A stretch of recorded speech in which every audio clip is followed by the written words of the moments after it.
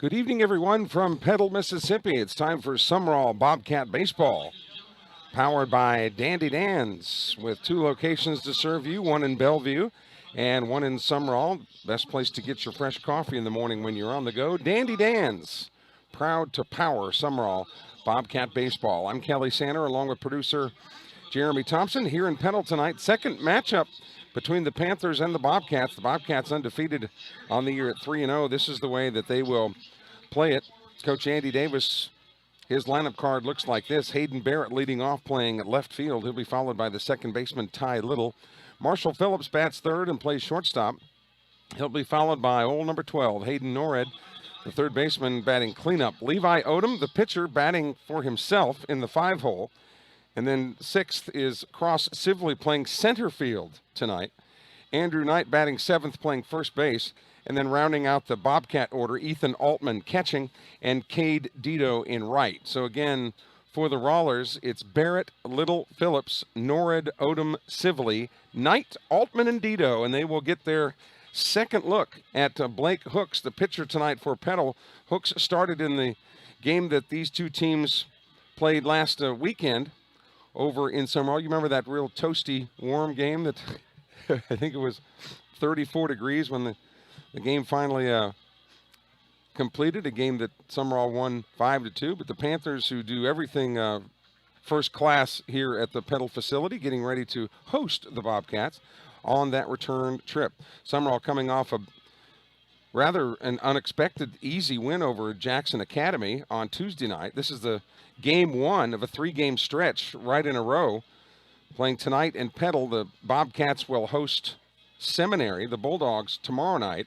And then in a makeup game from the opener, they will travel to Hattiesburg on Saturday to take on the Tigers. That is a scheduled 2 o'clock varsity first pitch on Saturday. And of course, we'll have all the varsity games for you here on the Sumrall YouTube channel. So here's Hayden Barrett digging in as we get this game underway at 7:11. It was a scheduled starting time of 7 o'clock, but 10 after 7 is the official starting time, and Hooks will immediately go out of the stretch, which again is getting to be more standard modus operandi. Back in the old days, as Barrett takes a strike, you would only go from the stretch with runners on, but now pitchers are going that way more often from the get-go.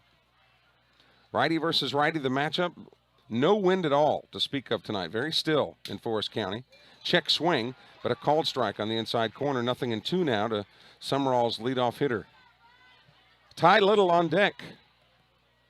The Bobcats obviously in their powder blues. They love those powder blues. And the Panthers in their classic whites. The 0-2 pitch to Barrett, way outside, tried to get him to chase one. 1-2. The Panther collar around home plate is synthetic. The batting cage area is synthetic, but everything else is natural grass. And the pitcher's mound is synthetic as well, but everything else, natural grass, natural dirt. The wind will not have any effect on play tonight. 1-2 pitch swung on. Here's a little chopper foul. Count stays 1-2 rather to Barrett.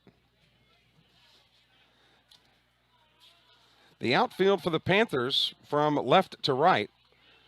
Bobby McGee is in left field, Kane Henserling in center, and then Eli Britt over in right. And they play Barrett pretty much straight away.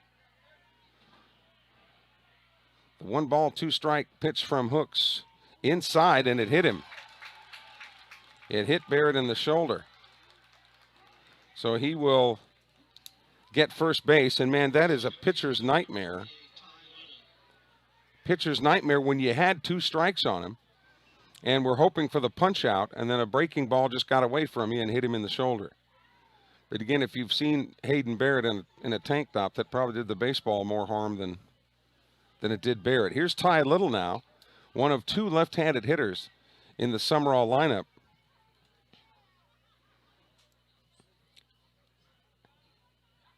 Karen Thompson and 5 other Thompsons are watching from Sumrall tonight. Go Bobcats, says Miss Karen with the blue and yellow hearts. And you can get in on our text line as well at 601-310 7077. Our webcast brought to you in part by our friends at Real South Hunting and Alpha Insurance, the Casey Long Agency. So 1 on, nobody out, and here's Ty Little now.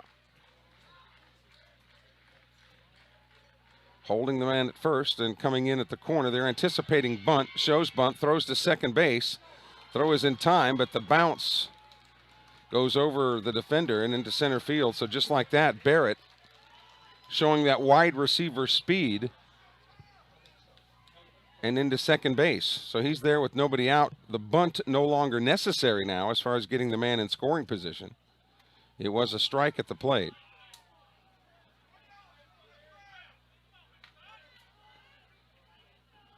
So 0-1 to Ty Little with Marshall Phillips on deck. A lot of baseball for Sumrall early on here. A game Tuesday, there's a game here tonight, a game tomorrow night, and a game Saturday. Here's the 0-1. Shows bunt and attempts the bunt, misses it, strike 2. But in a rugged schedule like that, Sumrall is going to be able to handle that better than most teams because they are so deep on the pitching mound. Miss Anita Sumrall watching softball and baseball at the same time. So a called strike 3 there by Ty Little. He's down on strikes for the first out of the inning. Anita Sumrall showing she can certainly multitask, watching 2 teams at once. And here's Marshall Phillips, whose brother Payne Phillips played at Sumrall a couple years ago. Marshall, the youngest of the Phillips crew.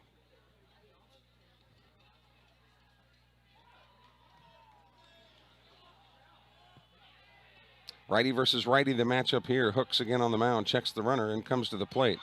Runner going, called strike, and Barrett is into third without an attempt. And Jaden Mark looked like he wanted to throw, but got a little bit ahead of himself, and the ball popped out of the glove. So no attempt there. So a passed ball or anything like that, or even a sacrifice fly with 1 out, would plate Barrett here in the top of the first. Here's the 0-1. Swung on a foul tip. 0-2 now to Phillips with Hayden Norred on deck. The current COVID restrictions are being looked at again March 1st, which is next Monday, and there is some talk that the MHSAA, along with the governor's office, is going to really ease up on some of the restrictions, which means crowds would only get bigger. 12-6 breaking ball is too high. 1-2 to Marshall.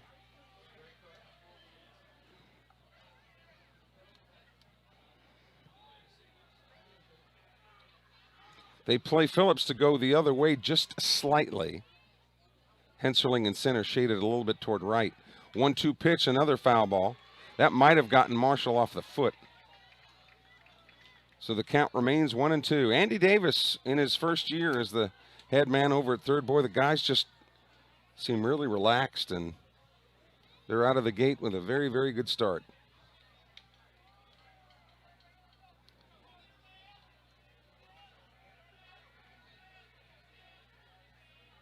Top of the first inning, Petal and Sumrall.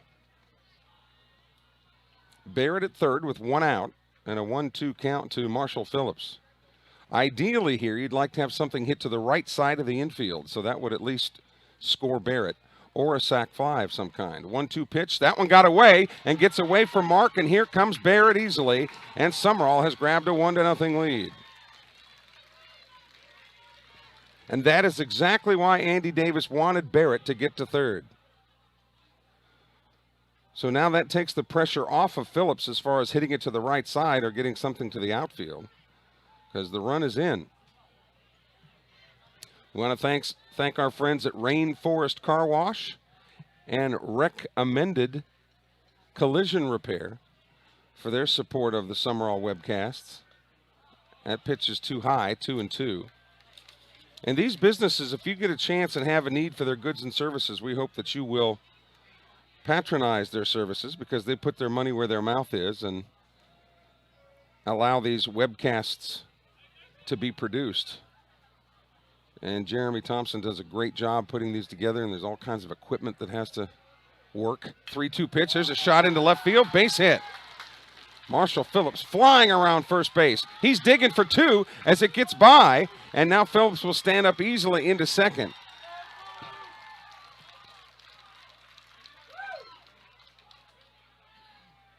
So Sumrall has a runner now at second base with 1 out.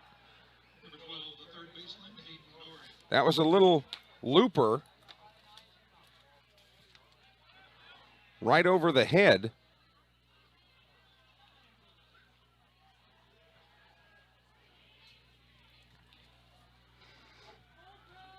Of the third baseman, and the Panthers call timeout here and want to talk this one over a little bit.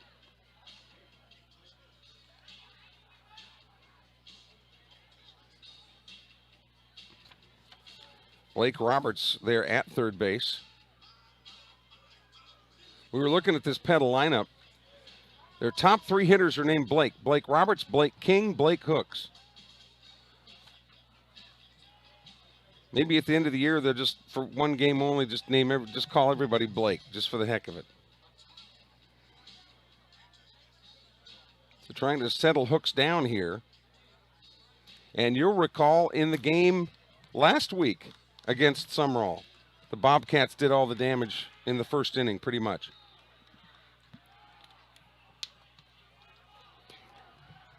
And it was against Hooks. So here's Norrid. Hayden Norrid.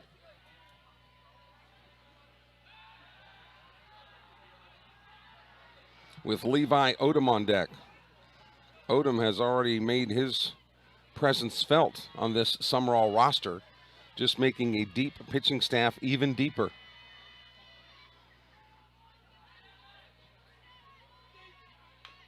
Well, a little dribbler wide of third. There have been, obviously, over the years, some tremendous Sumrall baseball teams. But as far as pitching staffs go, I mean, pitching staffs from top to bottom,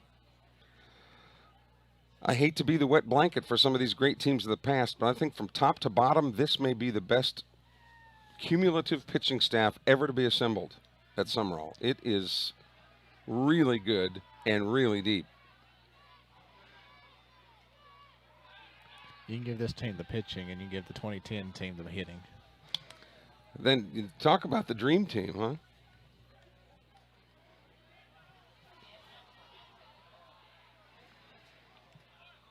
The 0-1 pitch to Nord, that one got away, and Mark did a really good job. Jaden Mark did a good job just keeping that ball out in front of him. Hook's having a little bit of a trouble with that bender. And when he's missing inside, and that has been problematic so far. 1-0 Sumrall. Swung on and a foul. 1-2 now to Norrid.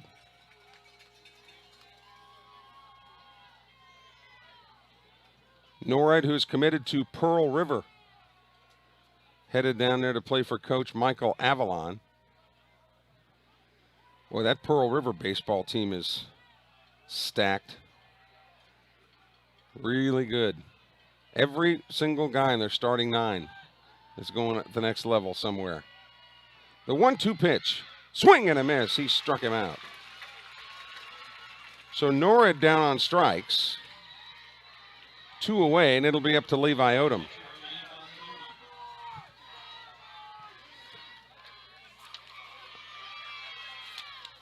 ComSouth is another one of our webcast sponsors. Been in the business of communicating since 1992 for all your business communication needs. We thank ComSouth. They have been big supporters of Sumrall athletics for a long time. So here's Odom hitting 5th in the order for Andy Davis. Phillips is a terrific runner. Very athletic. Really, when you look at most all of these Sumrall players, they're not necessarily physically very big. Andrew Knight's a big kid. Hayden Norrid is a big kid. But other than that, a lot of smaller guys, but tremendously athletic and very fast. Here's the 1-0. Swung on. There's a drive to right center field. Henserling tracking to his left. Makes the grab, and that retires the side. But for the Wildcats, they come up with 1 run on 1 hit. There were no errors, and 1 man left on base. We go to the bottom of the first inning. Sumrall 1. The Panthers coming to bat. You're watching Sumrall Bobcat Baseball, powered by Dandy Dan's.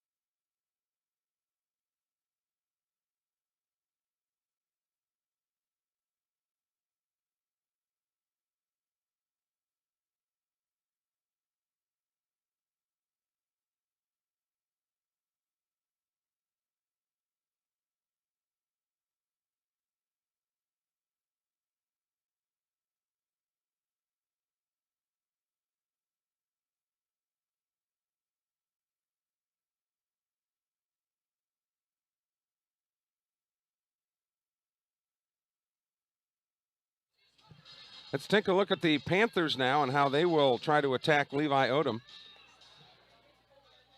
and the Bobcats. Blake Roberts, the Petal third baseman, will lead off. He'll be followed by Blake King, the first baseman, and then Blake Hooks, the pitcher. Then we get away from guys named Blake. Jaden Mark will bat fourth. He's the catcher. Eli Brett, the right fielder, bats fifth. He's followed by Colby Carlisle, the second baseman. Carlisle hitting sixth. Will Rayburn, the designated hitter for Petal tonight. And I got to tell you, Will Rayburn's hair, he's the captain of our all-hair team. Will Rayburn's got some really sick flow there.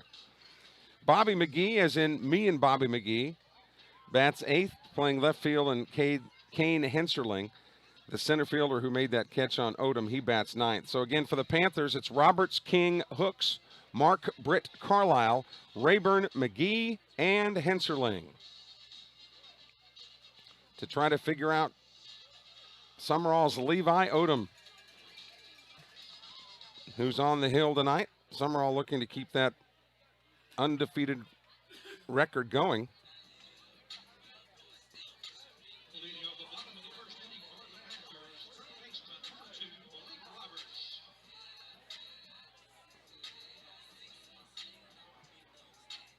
So here's Roberts to face Odom. The infield for Sumrall. Norrid is at the elbow at third. Phillips playing deep at short.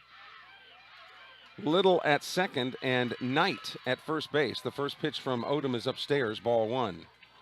The outfield has Barrett in left, Sibley in center, and Dito in right.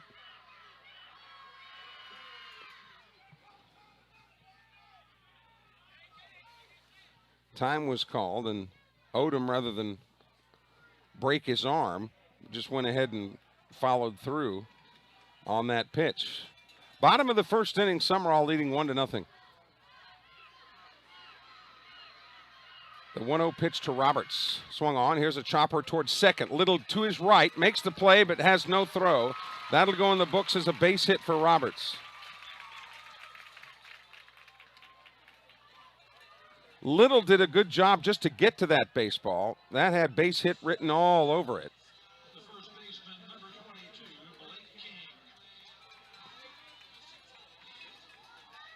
Even had he made a throw, there was little chance that he was going to throw out Roberts.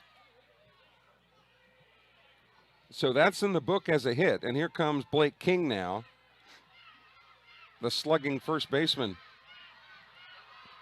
Throw over to first to keep the runner close. Shane Kelly, the head coach at Petal.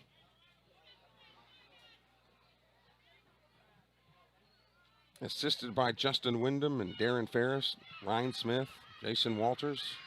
Breaking ball, a beauty, drops in there for strike 1. Boy, a beautiful breaking ball there. We were talking about you shake Levi Odom's hand and he'll about break your hand if you're not careful.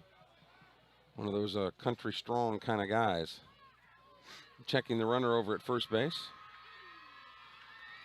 The 0-1. Fastball swing and a miss. Blew it by King. So 0-2 now. The gun had that one at 84 miles an hour. The Panthers really don't have a lot of seniors on this team. A lot of juniors and mostly sophomores. Here's the 0-2 runner going. Outside. And Roberts gets to second without a throw.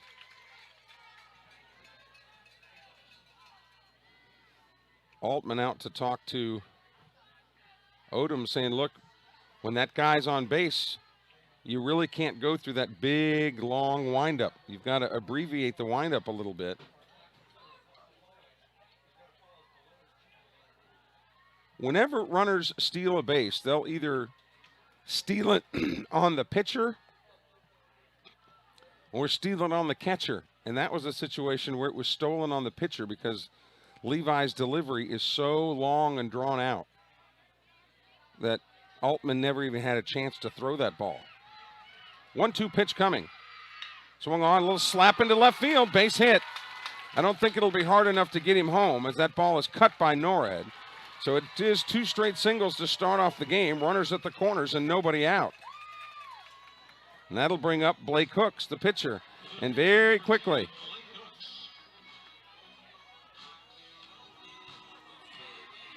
that Coach Davis out to talk to Odom.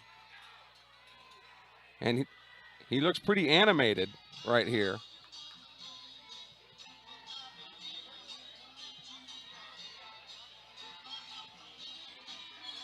The double play ball is set up, but you have to wonder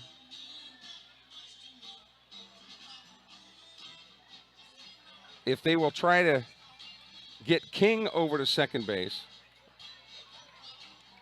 if Odom doesn't shorten up the delivery.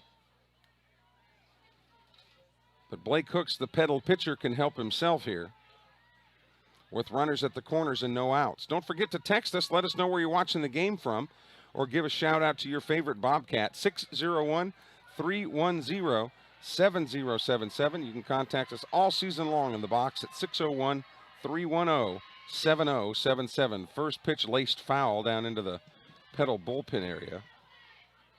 Or that would be the Sumrall bullpen, rather, down the right field line. So 0-1. You'd almost have to think that the Bobcats would easily give up the run if they could turn the double play. Strikeout would be the top of the menu. The 0-1 pitch outside, 1-1. And now Altman wants to talk to Odom again. So something is just amiss here. Something's just not right.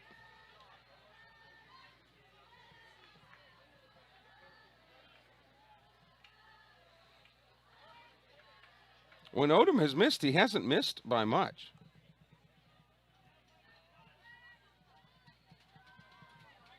One and one the count with the runners at the corners.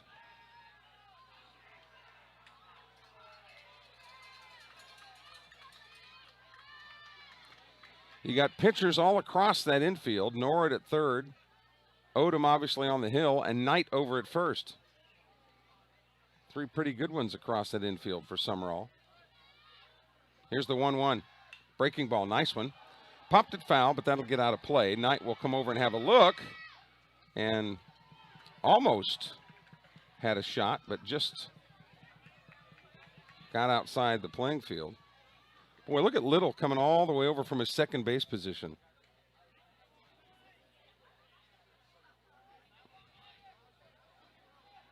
I mean, he was getting it from over there at the second base spot. So 1-2 the count to Hooks. He's now hitting number 3 in the order. His 2 teammates hit singles ahead of him. There's a pitch that's high, 2-2. Cruz Digger Freeman is watching from the house tonight. He's prepping for surgery in the morning. We'll offer some prayers up, Dig, that everything goes okay. Digger Freeman, one of our favorites, and certainly a great athlete on this Sumrall team. Here's the 2-2 pitch. Got a piece of it and fouled it into the screen. 2 balls and 2 strikes. Odom throwing a lot of pitches here, and we're just in the first inning. But again, when you're Sumrall and your pitching staff goes about 10 guys deep, you can afford to have one of these. Bobcats would love to get a crisply hit ground ball right at somebody. We'll see how it plays out. The 2-2 pitch. Swung on, fouled again down the right field line and out of play. Regardless of what happens, Blake Hooks is having a great at-bat. Lots of times, if kids get out, they'll go back to the dugout and think, well, I got out. But this is a good at-bat, regardless of what happens to Hooks, because even if he should happen to get out, he has burned a lot of pitches on the arm of Levi Odom. The 2-2. Breaking ball swung on to third. They've got him hung up at home, and a bad throw by Norrid. Goes over the head of Altman. That'll be an E5, and the Panthers are on the board.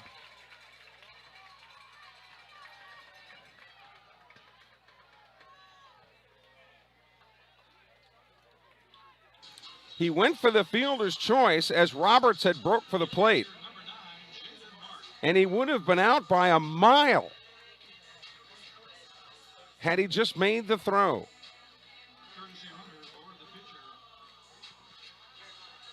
But immediately after the ball got over Altman's head, you could see Norrid kind of look at his hands like the ball slipped. But either way, it counts as a run. And it's an out that Sumrall should have gotten that the Bobcats gave away. So first and third with nobody out. And here's the cleanup hitter, Jaden Mark. Throw to first. Runner back in time. Raymond McRaney texting in, again, thanking us for doing the games. Raymond, you know we love doing the games. Coach Davis's mom and dad are watching. They never miss a game. They say, go Bobcats. Thank you, Davises. We hope that you enjoy the webcast. First pitch here is fouled into the screen. And that's always frustrating as a pitcher, and Norrid himself is a pitcher, so he understands the frustration of when a ball is fielded cleanly and you want to get an out somewhere, and you wind up getting nothing out of it.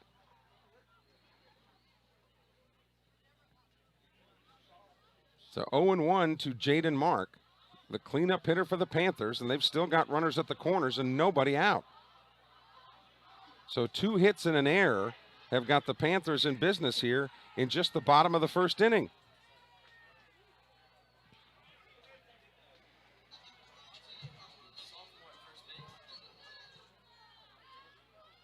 Courtesy runner for the Panthers over at first base as Hooks, the pitcher, of course, comes out.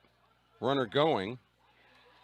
One after the swing. I think that pitch was a ball and Mark knew it, but really was swinging to protect the runner.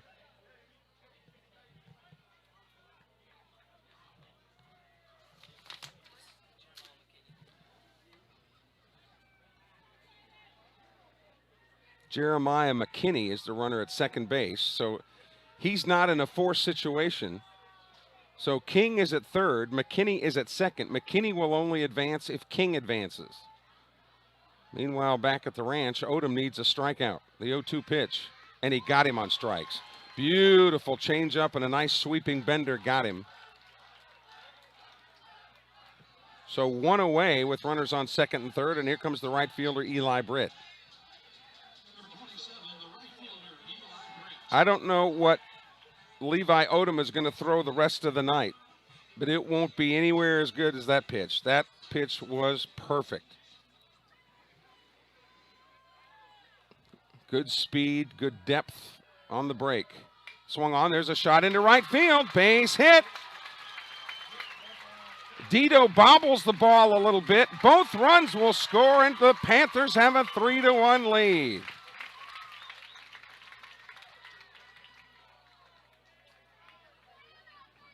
The Panthers have hit it everywhere the Bobcats have not been.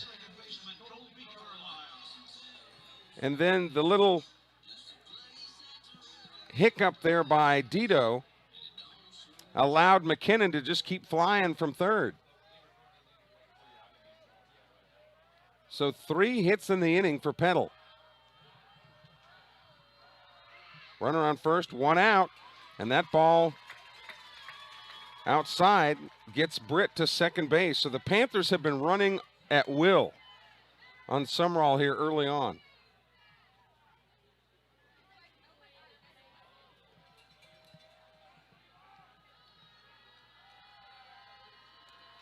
Odom getting back to work.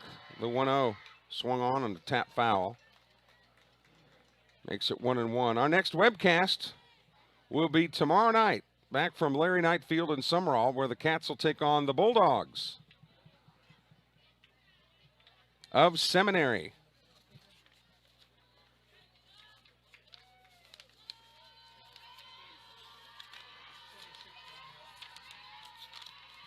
One and one the count.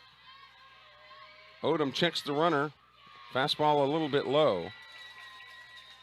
Jose Morales has gone to the bullpen for Sumrall to begin to loosen. So Morales is starting to loosen up that right arm. Odom has thrown a bushel basket full of pitches here in the first inning, and there's still 1 out. Pickoff play to second. More of a scare tactic than a legitimate attempt.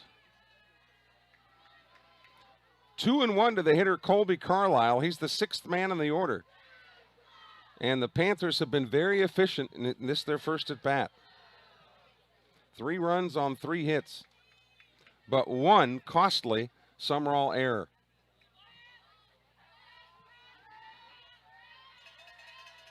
The 2-1 pitch outside, 3-1. So if there were bullpen telephones, they would be telling Morales to hurry it up, because now Altman has gone out to try to burn a little time for Levi Odom.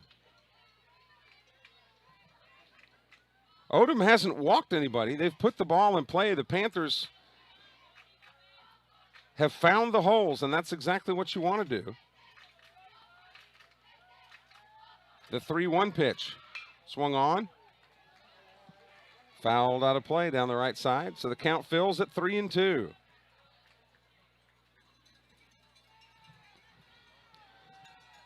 So it'll be raining cats and dogs tomorrow night in Sumrall. The Bobcats and the Bulldogs. Payoff pitch coming to Carlisle. Breaking ball and a beauty. He got him on strikes. Man, what a pitch. And Carlisle knew it. He clubbed that bat into the ground in frustration. Here's the captain of my all-hair team, Will Rayburn. Righty versus lefty here. First pitch to him. Odom inside, and it hit him. Oh, and Rayburn flips the bat toward the dugout.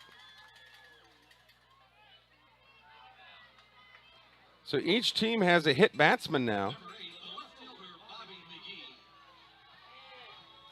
And here's Bobby McGee.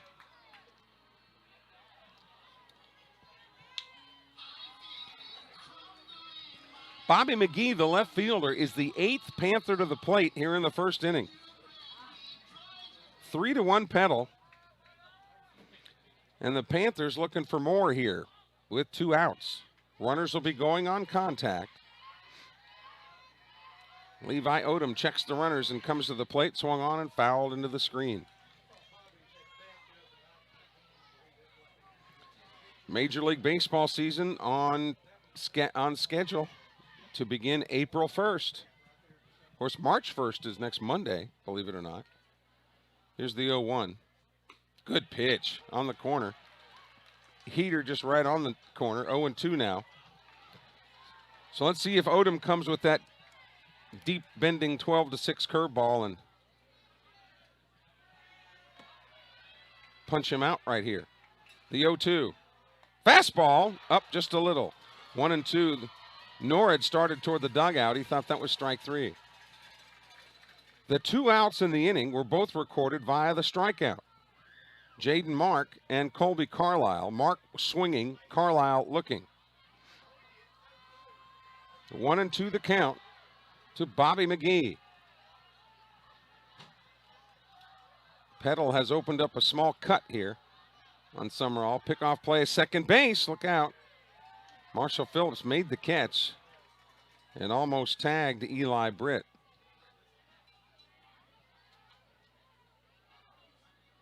A lot of Blakes on this Petal team, a lot of Elis, but only one Houston. The 1-2 pitch. Swing and a miss. He got him. They'll throw to first just to make sure. And that is that. So Odom gets 3 strikeouts, but the Panthers come up with 3 runs on 3 hits. There was 1 error and 2 men left on base. At the end of 1 in Petal, it's the Panthers 3, the Bobcats 1. You're watching Sumrall Bobcat Baseball, powered by Dandy Dan's.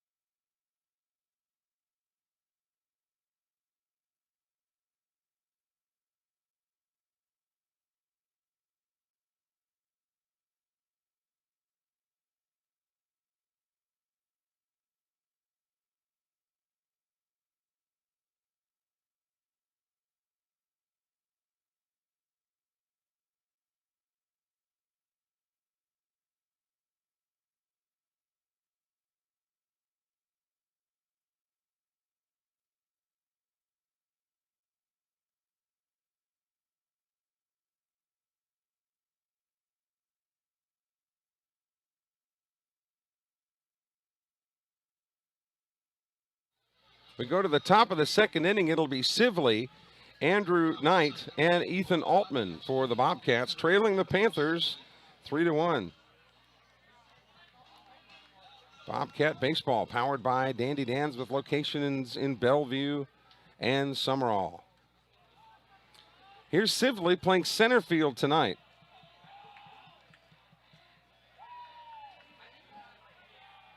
First pitch from Hooks is a chopper toward third. Handled cleanly, throws over to first. 1 up and 1 down on the 5-3 putout. No problem there on the easy play. Boy, that's pretty efficient when you can get that 1 pitch and 1 out as Blake Roberts handles it.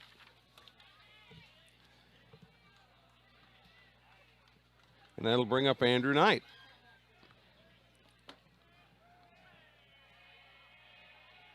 Number 10 against number 10. A little lazy pop to the infield in foul territory. 2 pitches and 2 outs. How efficient is that? Blake King handled that one easily. So here's Ethan Altman, the terrific Sumrall catcher.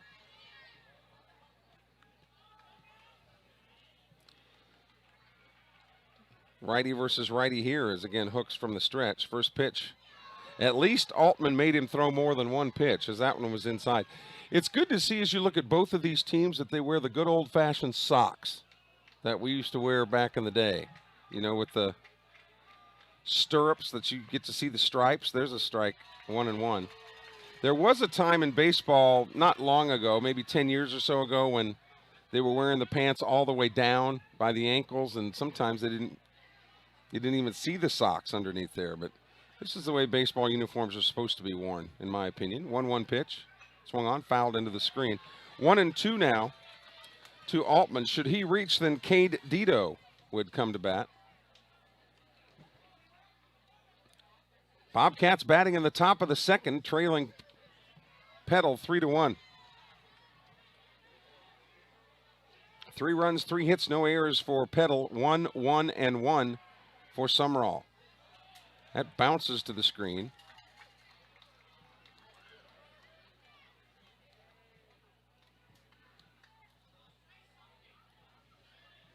Be plenty of opportunities for the Sumrall pitching staff to get work with the Seminary Bulldogs coming to town tomorrow. And then the Bobcats back on the road against the Hattiesburg Tigers on Saturday afternoon. That JV game scheduled for 12:30, I believe, and then or 12 o'clock, and then the varsity game at 2 at rustic Smoky Harrington Park. The 2-2 pitch. Breaking ball just up a little. They wanted that one, but it did look up just up a hair. So the count fills to Altman. Bases empty, 2 outs here for the Lamar Countyans in the top of the second. Hooks his pitch. Check swing. Called. Strike 3. Altman out on strikes, and so too are the Bobcats. They go in order in the second. No runs, no hits, no errors. Nobody left on base. We go to the bottom of the second inning. It's Petal 3, Sumrall 1. You're watching Bobcat Baseball, powered by Dandy Dan's.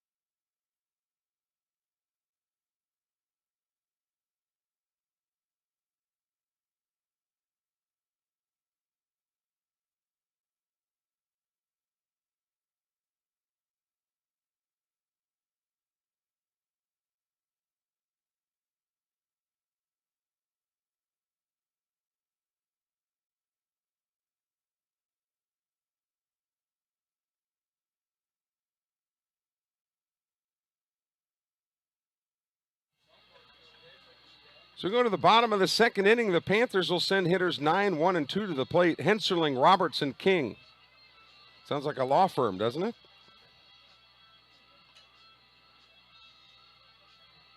Henserling, the center fielder, will lead it off against Levi Odom. Jose Morales is warmed up. He's ready to go, should he need to be called upon.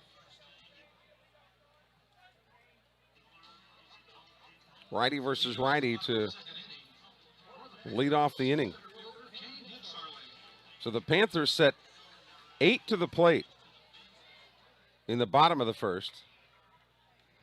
Again, no wind to speak of tonight, so the Bobcats are playing them dead straight away here. First pitch and a swung on and a base hit into right field. Boy, the efficiency of the Panther hitters tonight has been remarkable. They've hit it crisply and in about every hole that's out there in the infield. And that brings Roberts back, who singled his first time up to lead off the game.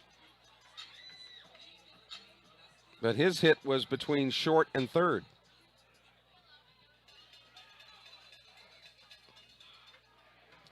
Levi Odom goes from kind of that three-quarter open position to where he can check the runners out over there at first. But the Panthers have been running quickly and often on Sumrall. So we'll see if Odom shortens up that delivery at all. He does. Nice pitch in there for a strike. Now you see that time, Odom just did a quick step to the plate, but in the first inning he was going with that full, big, long kick. And that's when the Panthers were taking off. So the Panther runners, no doubt, are coached to look at that delivery And if Odom gets too long, they may take off. Andrew Knight over there at first, the winning pitcher against the Raiders of JA on Tuesday night. I saw Mom Pam in the stands tonight. And Uncle Chris Robbins. There's the strike on the corner. 0-2 now. Odom ahead of Roberts. Former Sumrall Bobcat Garrett Robbins is at East Mississippi now. And East Mississippi having a great season. And Graham Crawford was in the crowd tonight, former Sumrall catcher, now at Pearl River. And Wildcats are having a good year. 0-2 pitch. Here's a chopper to third. Could be two. Nord to second for one. Over to first. Not in time. Again, we told you how well the Panthers run. So it'll go as a fielder's choice, but one away. Runner at first base. And here comes Blake King.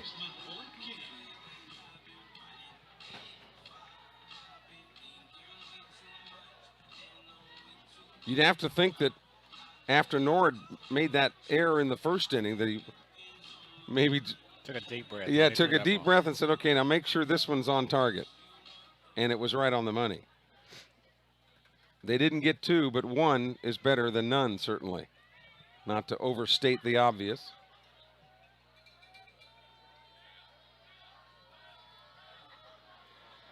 Odom checks the runner, short delivery to the plate, and it's upstairs for ball one. King singled and scored in his only other at bat. Now, I know you talked about in Taylorsville game, but if you had to turn a double play, we did get one in Jackson Academy. Perfect.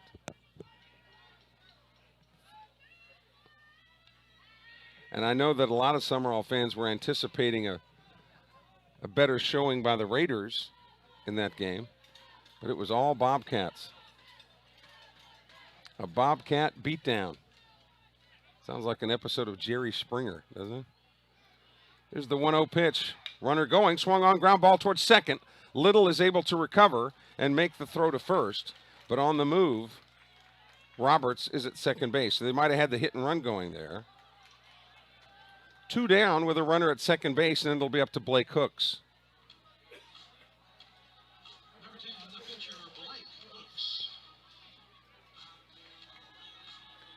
But now Roberts is in scoring position and will go on contact and not having to worry about being doubled up. Breaking ball away.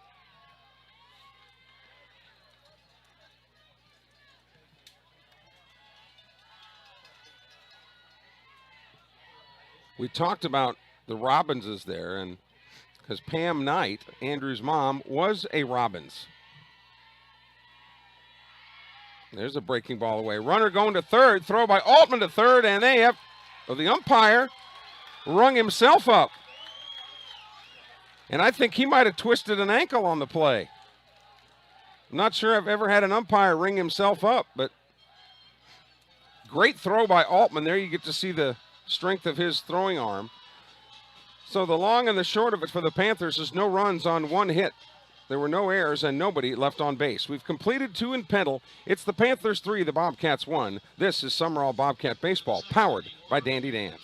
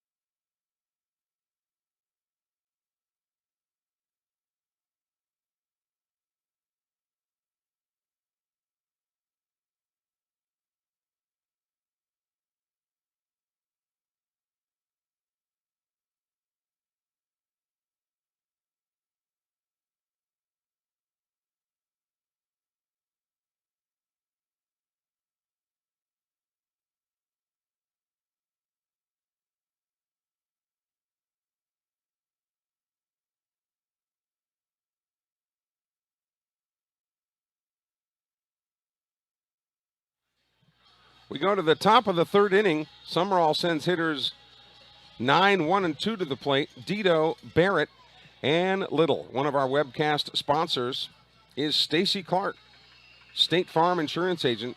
Contact Stacy in Prentice to find out how you can save money by bundling your insurance. Auto, home, and life, like a good neighbor, State Farm is there. Stacy had 2 kids come through the Sumrall program, Sam and Sully, and continues to be a big supporter of Sumrall athletics, and we appreciate that support. Stacy Clark, State Farm Insurance. So here's Cade Dito, the right fielder, to lead it off. Of course, a wide receiver on that football team. He's been used as a quarterback also for Shannon White. And then Hayden Barrett's on deck. Barrett scored the only run for Sumrall back in the top of the first inning. Still just in the top of the third here, but Sumrall has only gotten 1 hit, and that was by Marshall Phillips. That pitch actually went behind Dito. And when Hooks has missed tonight, he has missed consistently inside.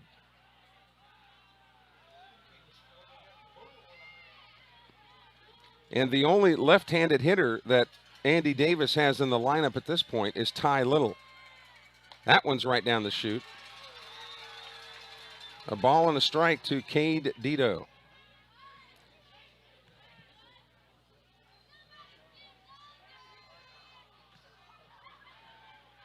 Blake Hooks 1-1 delivery. That's high and inside.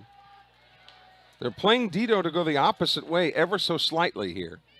Panthers trying to avenge an opening day loss over at Sumrall.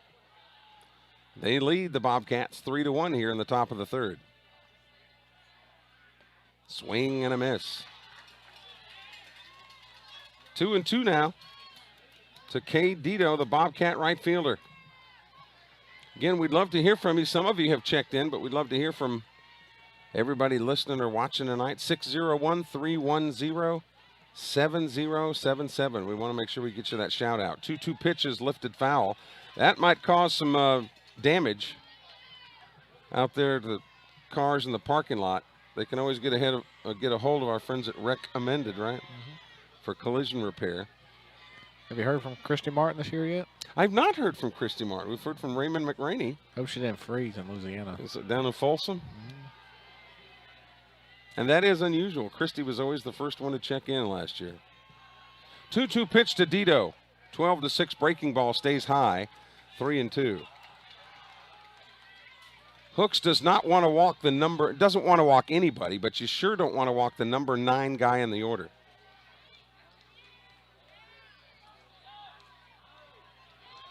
Stacy Clark has texted in. She's actually here tonight. That's lifted foul and into the bullpen over here. She said, let's get some hits, Bobcats. Can we get an amen up in here?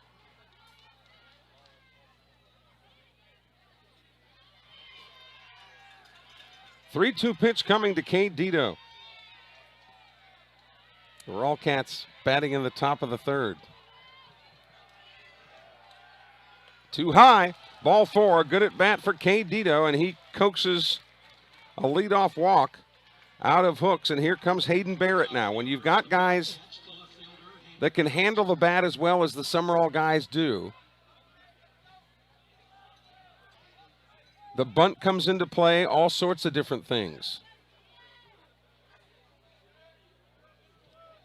Shout out to Hayden Barrett, little man with big power coming in. Stacy Clark watching the webcast tonight. So here we go. That pitch is high, ball 1. Barrett has been this same size since what, 6th grade? Maybe. Where he was probably big then. Tall, I mean. But not an ounce of fat on him, though. He is strong as an ox. Throw over to first base to keep Dito close. Again, Sumrall really gifted runners. Every one of them fleet of foot. Which really helps when you play some punch and Judy baseball. They probably won't have much power this year, but hitting singles and doubles and running and That's the way they'll generate runs. Now Jaden Mark wants to go out and talk to his pitcher Hooks, and Barrett has a 2-0 count. A 2-0 count is generally a good count to start a runner on. So we'll see what Andy Davis might have up his sleeve here, if anything. But Barrett being a leadoff hitter, that's also a guy that can put the bat on the ball, put it in play. Here's the 2-0. Too high, 3-0.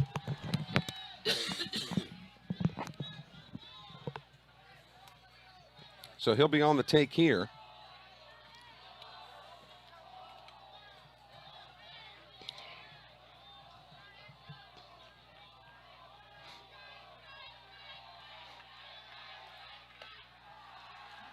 And he is, and it's ball 4. Barrett knew it was a ball before it ever got there.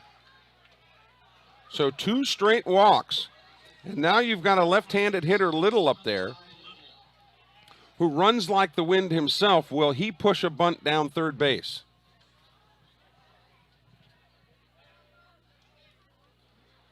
With no outs, baseball strategy 101, that would be the call. It would be to bunt it and get those runners over. But we'll see how Andy Davis plays it here with his number 2 man in the order, Ty Little, who struck out looking his first time up. First pitch to him. Bunt is shown, and it's too high. Ball 1. Sumrall batting in the top of the 3rd, trailing Petal 3-1. Bobcats trying to remain undefeated early in the campaign here. Timeout called now.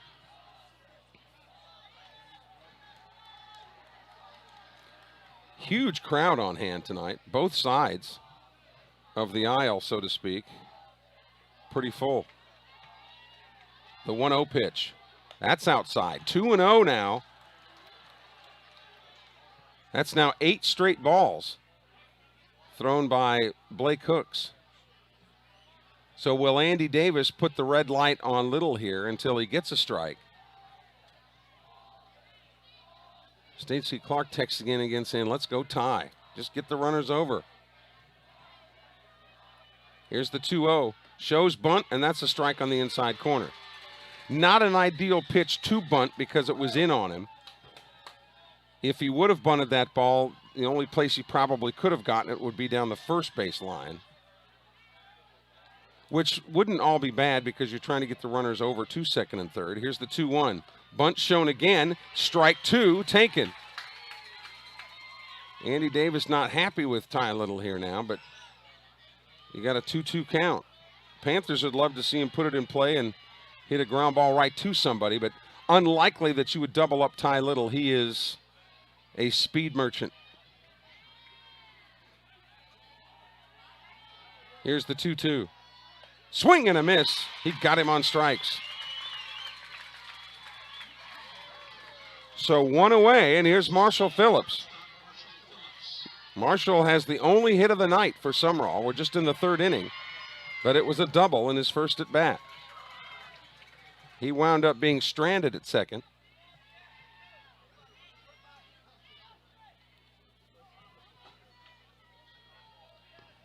And Phillips is another one that can just fly once he gets rolling. First pitch to him. Inside, ball 1. The cleanup hitter, Norrid, is on deck. Sumrall batting in the top of the 3rd. We're scheduled for 7 tonight in Forest County. There's Pam Knight, and I see Coach Larry Knight there. Next to her, you gotta wonder if that drives Coach Knight crazy, just sitting there. It's gotta feel weird. Yeah, just looking as a spectator.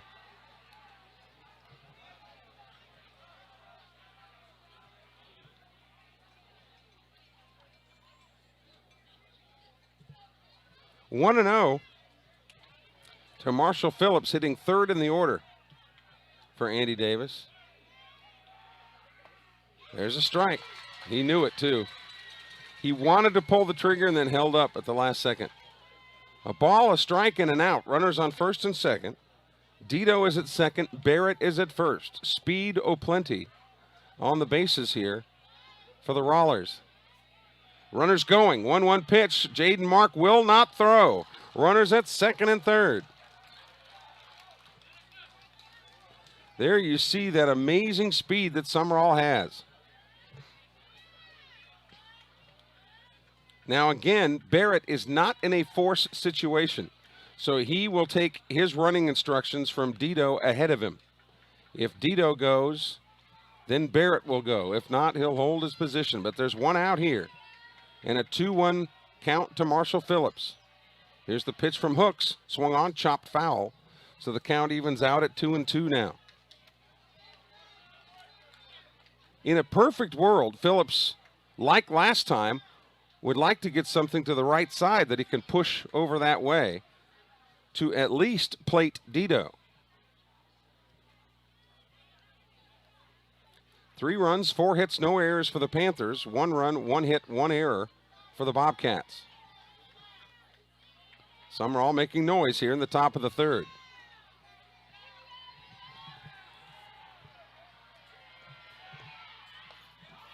That's inside, 3-2.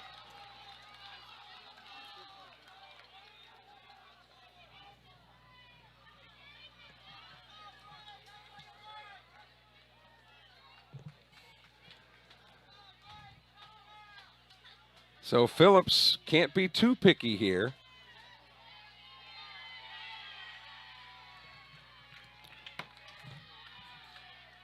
Swung on, chopped foul again.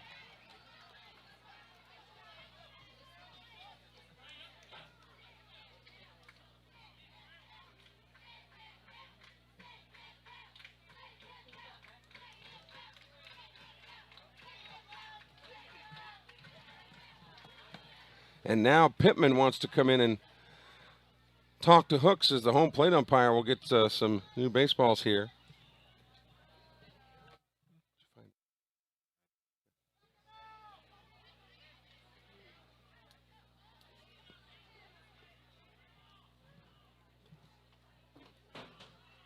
Big opportunity here for Marshall Phillips, batting in the top of the third inning.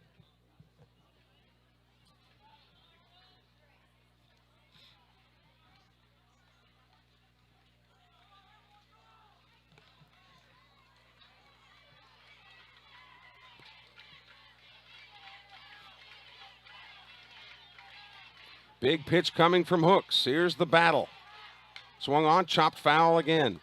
So Phillips stays alive with Norred on deck. The tying run is at second base, just in the third inning. But any opportunity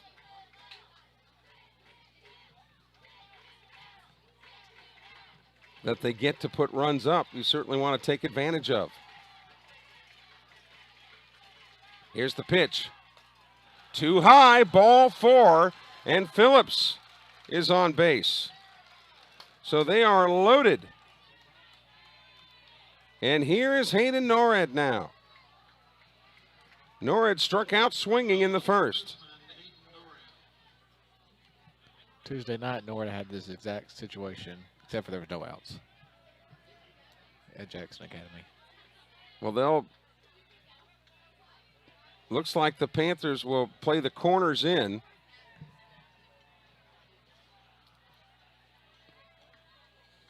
So anything hit sharply at the corner, they'll bring home for the force. Otherwise, they'll try for 2. That first pitch is high and inside. Ball 1 to Norred with Levi Odom on deck. Sumrall at Petal.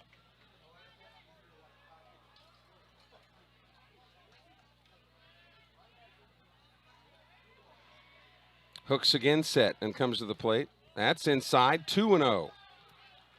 Hooks pitched in game 1 against Sumrall. And out there on the hill again. Dito at third. Barrett at second. Phillips at first. And a 2-0 count to Norred. So he'll be sitting dead red fastball. And that's there. He was probably on the take for a 2-1 count.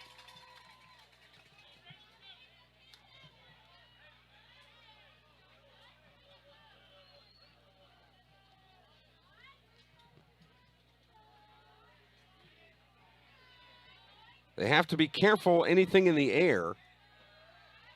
But anything on the ground, obviously, the runners have got to move. 2-1 pitch, and that's fought off and fouled to the right side. That might have been ball 3 inside, as it looked like it was working toward the inner part of the plate.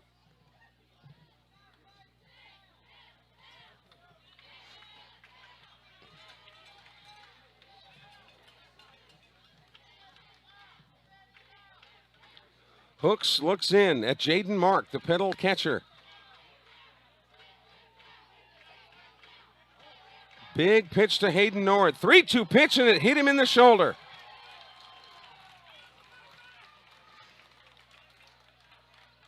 Dito comes home. Everybody else moves up. And Nord actually gets an RBI for that. So it's a 3-2 ball game. Sumrall has a run on no hits this inning. The inning started out with Dito walking, and then Barrett walked behind him. They both advanced on stolen bases, so they were on second, third. Then Ty Little struck out. Then Phillips walked to load the bases. Now Norrid just got plunked. And timeout being called here as the Panthers want to talk this one over. Again, thanks to our webcast sponsors, Com South, for their continued support of Sumrall Bobcat Baseball. Real South Hunting. The Casey Long Alpha Insurance Agency. Rainforest Car Wash. We're getting to that pollen time of year. And we mentioned recommended collision repair. A Purvis business actually sponsoring Sumrall Baseball. And the Panthers are making a pitching change. We'll take a break and let you know all about it when we return in a moment. You're watching Sumrall Bobcat Baseball, powered by Dandy Dan's.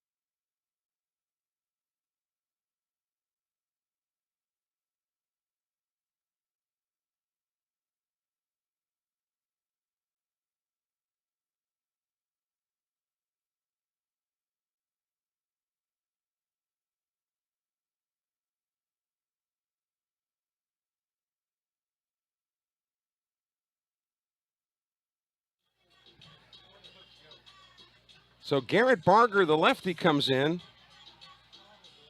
Big kid. Good-looking left-hander. And he comes up with the bases loaded and 1 out to face Levi Odom.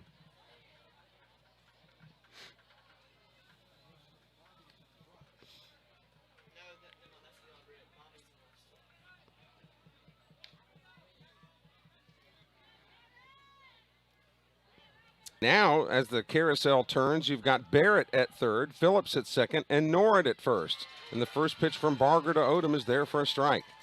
So all 3 of the runners on base are Hooks' responsibility. So you might say that Hooks is on the hook for all 3 of those runners. Garrett Barger, the 0-1 pitch. Fastball, trying to blow it past Odom, and it's foul to the right side, 0-2.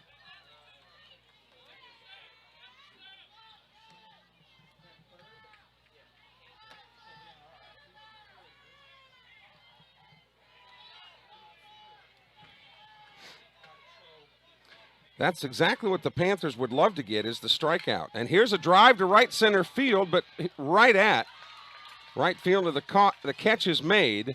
The sacrifice fly goes in the books, and we've got a tie ball game.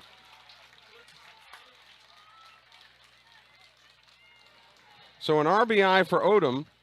Barrett scores on the tag from third. Phillips advances to third, and Norridge stays at first, and here's Cross Sibley now.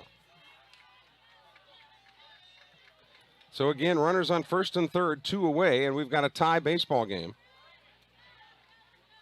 But the Bobcats have scored 2 runs on no hits. That's pretty good.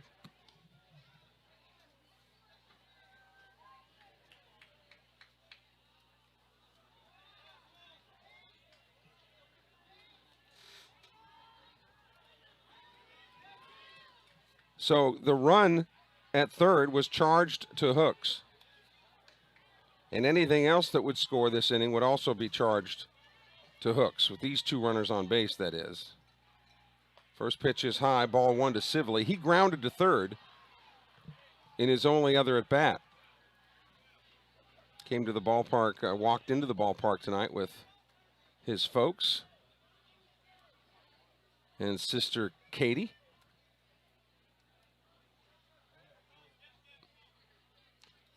The wind has not been a factor. There isn't any. Well, other than my hot air up here in the press box. Swung on, and that one's lifted foul. 1-1 the count. That didn't sound good. Recommended car care. Great plug. Anybody that needs. I remember I rented a car one time and drove to Manhattan, Kansas to watch a baseball game, and I parked so far away from the field I thought there's no way in the world that my car could get hit. Guess what? Took a hop, skip, and a bounce and still hit. And the windshield got cracked. That pitch is inside. 2-1 now to Sibley. Should he reach, then Andrew Knight would come to bat. The Cats got 1 in the first and 2 here in the third. The other Cats, the Panthers, got all of theirs in the first. The 2-1 pitch. Swing and a miss. 2 balls, 2 strikes, 2 outs. Top of the third of a scheduled 7.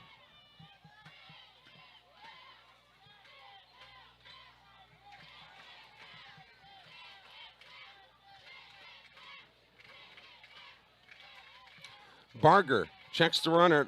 They'll try to score a run here. Throw to the plate. They try the double steal, but Phillips is out. So Cross Sibley will come up to bat in the 4th inning with a fresh count. But for Sumrall, 2 runs on no hits. There were no errors and 1 man left on base. You're watching Sumrall Bobcat Baseball, powered by Dandy Dan's.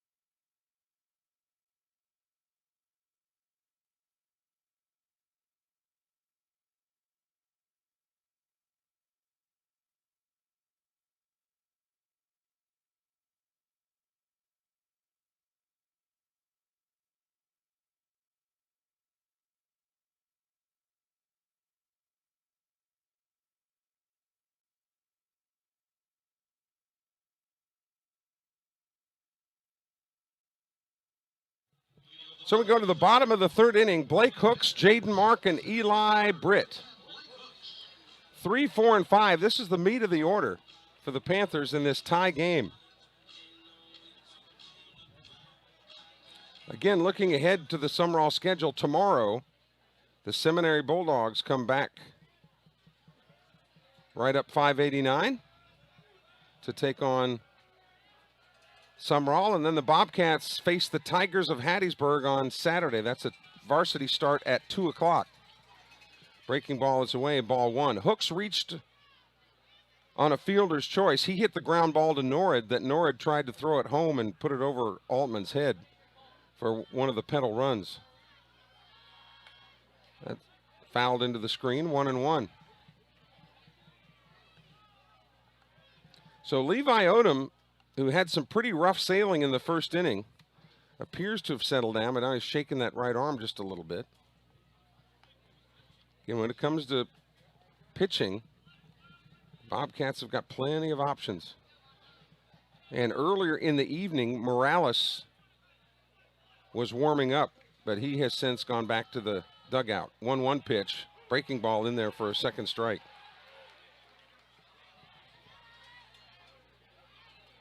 I think this umpiring crew so far has been pretty good tonight. All you can ask is for consistency as a pitcher, and I think he's done a good job. Another breaking ball, swing and a miss. He struck him out. So Hooks is gone. And here's Jaden Mark, who struck out his first time up.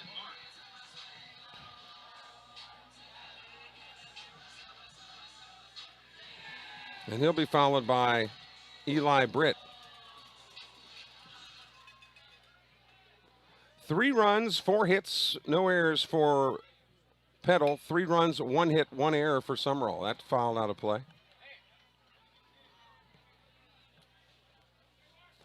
Glad that you're with us wherever you're watching from tonight. We know we always have a good following on our YouTube channel. Coach Davis's parents watching tonight with all the kind words, and Raymond McRaney always has such nice things to say. He's down in Louisiana most of the time. I can't get to the games in person. That's low, ball 1.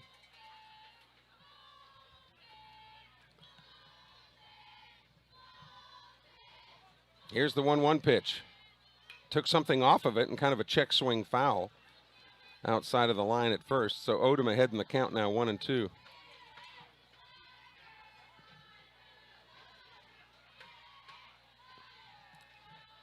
And the great thing about broadcasting these games and doing play-by-play is I could be old as dirt, which I'm very close to that right now. But as long as my voice holds up and the rules don't change too much in baseball, I should be able to do it for many years to come, and I look forward to that. 1-2 pitch, just missed outside. 2-2 to Jaden Mark. Base is empty, 1 out. Anita Sumrall, our athletic director at Sumrall, always very supportive. Coach Davis as well. Here's the 2-2 pitch. Took something off it and struck him out. Levi Odom now just seems like a completely different guy. His teammates have got some runs for him. And Mark has struck out now twice. And here's Eli Britt, who singled with an RBI in his first at bat. He singled to right field.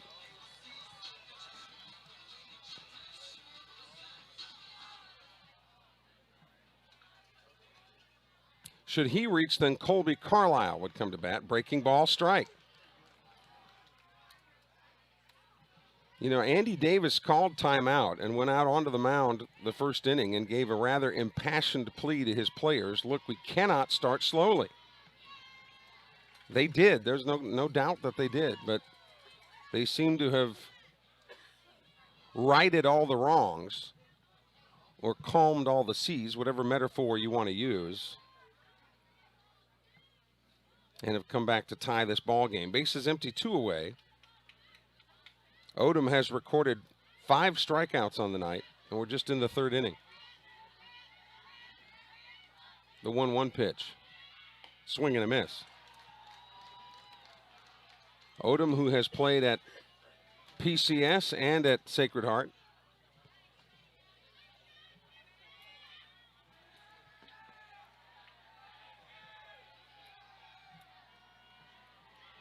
Sumrall defense plays him straight away here in the bottom of the 3rd inning. Now Odom going from the full windup with the bases empty. Here's the 1-2 pitch. Swung on, shot into right field. He did it again. And Dito bobbles that ball, but not badly enough that Britt can't make it to second. So it is a second single. Eli Britt, 2 for 2. And here's Colby Carlisle now.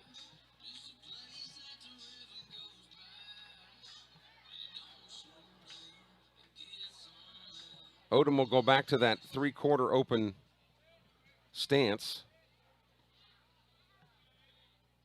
2 away here in the bottom of the third. Throw over to first.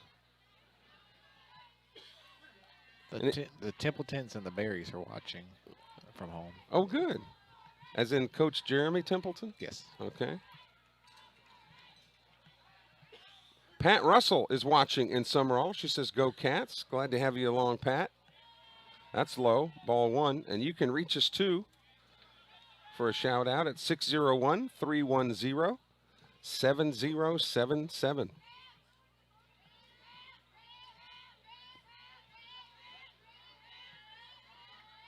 Swung on and a foul tip. I remember Jeremy Templeton when he was a scrawny little quarterback wearing number 6 over at Oak Grove High School back in about 1800. A long time ago. He was about Cooper Templeton size back then. 1-1 the count to Colby Carlisle. He's hitting 6th in the order for Shane Kelly. Eli Britt over at first with 2 away. We're tied at 3.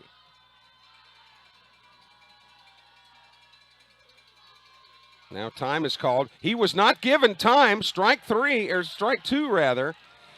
Just because you're asked for time doesn't mean you get it. And he called for time when Odom was in the windup, and the home plate umpire did not give it to him. So he took a strike right down the tube at 1-2. So note to you little leaguers, do not step out until you make sure the umpire has given you timeout. Jeremy's sister Emily watching the game tonight. Boy, Jeremy, you got a fan club. The 1-2 pitch, breaking ball, got a piece of it, was able to sweep it away to the left side.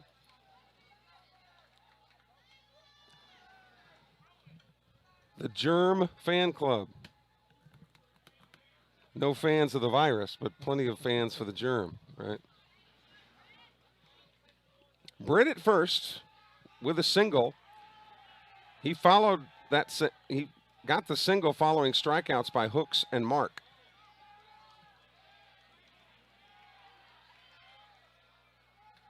The 1-2 pitch from Levi Odom. Runner going. Swung on, popped it up, foul, out of play. So the runner will have to come back. Knight comes over to give it a sniff, but it's out of play. Jim and Marilyn Sumrall watching from Sumrall. There's a lot of Sumralls in Sumrall, aren't there? Odd coincidence. It is. Coincidence? Is that what you're trying to say? That word, yeah. Okay, easy for you to say. Yeah. Lots of brooms in Sumrall, too. It's one of those Lamar County Sumrall names. So Britt will have to go back to first, and that's where he is. And the count is 1-2 back at the ranch. Zane Berry is watching tonight. Wow. The fact that we get Zane Berry to watch, we must do something right. Swing and a miss. Odom strikes him out for his 6th strikeout of the night. He strikes out the side, and we're done in the third. For the Panthers, no runs on 1 hit. There were no errors. 1 man left on base. 3 complete in Forest County tonight. It's the Panthers 3, the Bobcats 3. You're watching Sumrall Bobcat Baseball, powered by Dandy Dan's.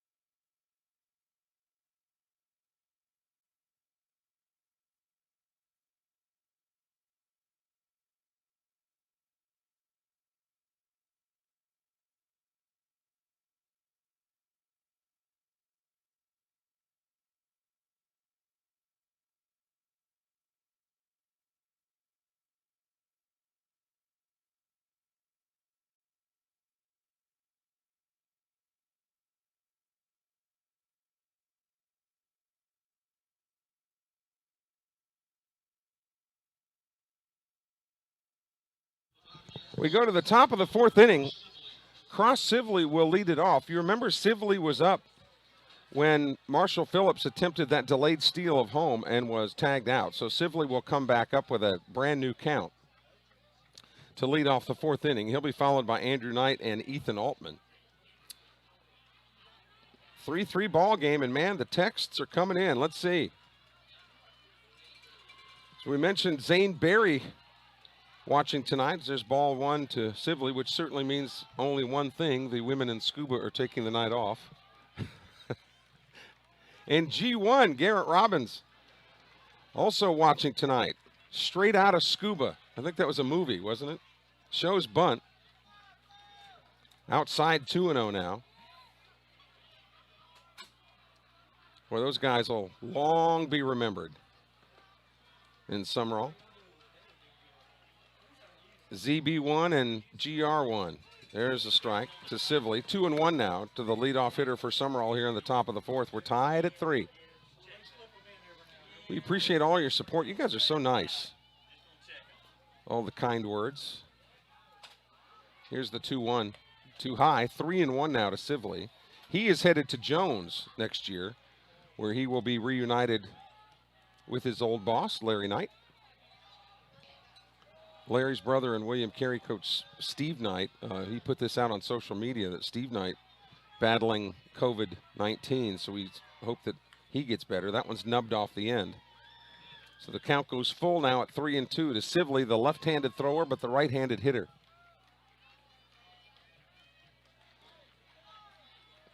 And you know, you've got to love Sumrall baseball if you're watching in scuba, because there's so many other things to do in scuba.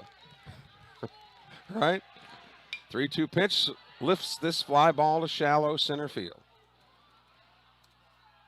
Henserling in to make the grab. And he does for 1 out.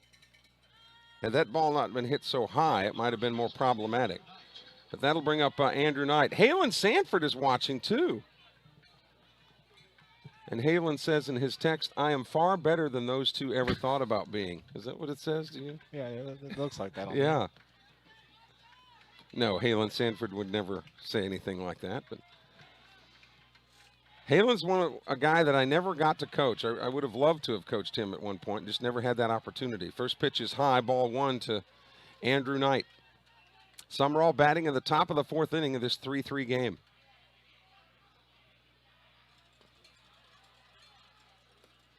That pitch is inside, 2-0. So obviously, and one of the things that people say that they like about our webcast is you can tell that I know a lot of these boys personally. And that always makes it a lot more fun, you know, to do the games too when you know them, you know. 2-0 pitch. Outside 3-0 now to the Sumrall first baseman. G3 is watching. That would be G. Robbins 3 is watching tonight with his mom. Glad to know that they're with us too. A lot of folks in attendance here tonight in Petal. Here's the 3-0. That's low. So Andrew Knight with a walk. He's on board. Number 14, the catcher, Ethan Altman. 3 walks and a hit batsman tonight for the Panthers. And now here's Ethan Altman. He struck out in the second inning in his only other at bat.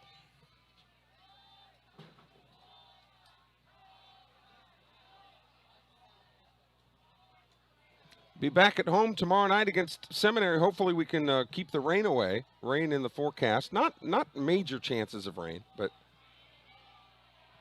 enough to be concerned about. That pitch is inside, ball 1. And now Altman wants to talk it over with Andy Davis.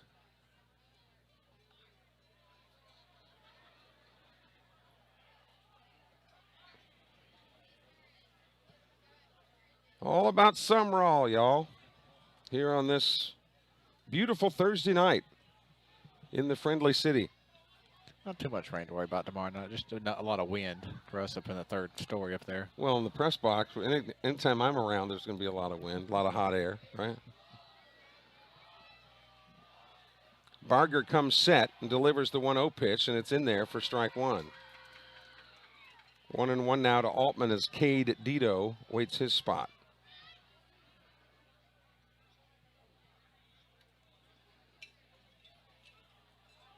Panthers play him straight away here. Altman hitting 8th in the order for Andy Davis. 1-1 pitch, swing and a miss. Pulled the trigger on the bender and just missed it.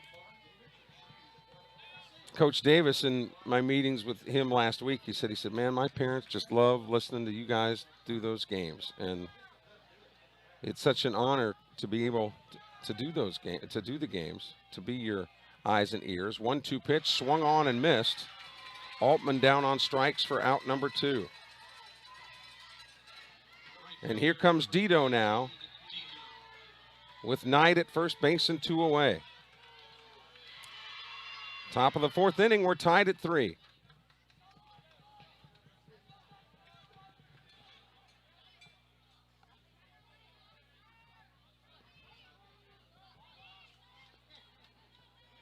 Lefty versus righty, the matchup. And there's a bender that's in there for a strike. So if this game were to end hypothetically this next inning, which it wouldn't, but under normal circumstances, but Barger would get the win. Actually, this is Barger's game now either way. Swing and a miss.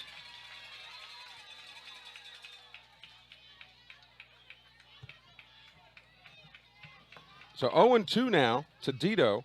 He walked and scored in his only other at bat. Dito playing right field tonight for the Wildcats. 0-2 pitch, swung and a miss. He got him on strikes. And that does it for Sumrall in the 4th. No runs, no hits, no errors. 1 man left on base. We go to the bottom of the 4th inning. It's the Petal Panthers 3, the Sumrall Bobcats 3. And you're watching Sumrall Bobcat Baseball, powered by Dandy Dan's.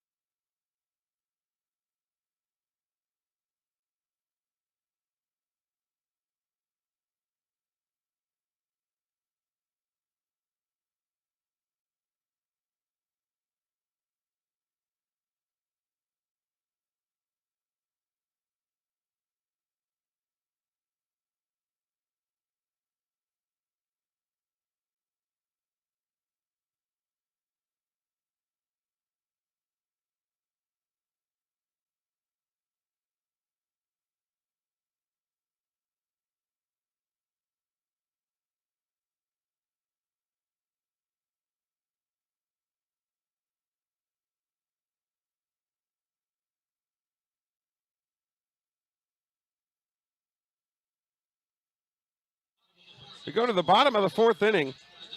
Levi Odom out there for another inning of work, and Will Rayburn, the DH, will be followed by Bobby McGee and then Kane Henserling. 7, 8, and 9 for Coach Shane Kelly, who followed the Hall of Famer Larry Watkins, who had been here forever and a day. There's a strike. Again, the Sumrall defense has Norred at 3rd, Phillips at short, Little at 2nd, Knight at 1st. Swing and a miss. The battery is Odom and Altman, and the outfield left to right is Barrett, Sibley, and Dito. 3 runs, 5 hits, no errors for Petal. 3 runs, 1 hit, 1 error for Sumrall. The 0-2 pitch. He got him on strikes. That is now 6 strikeouts for Odom.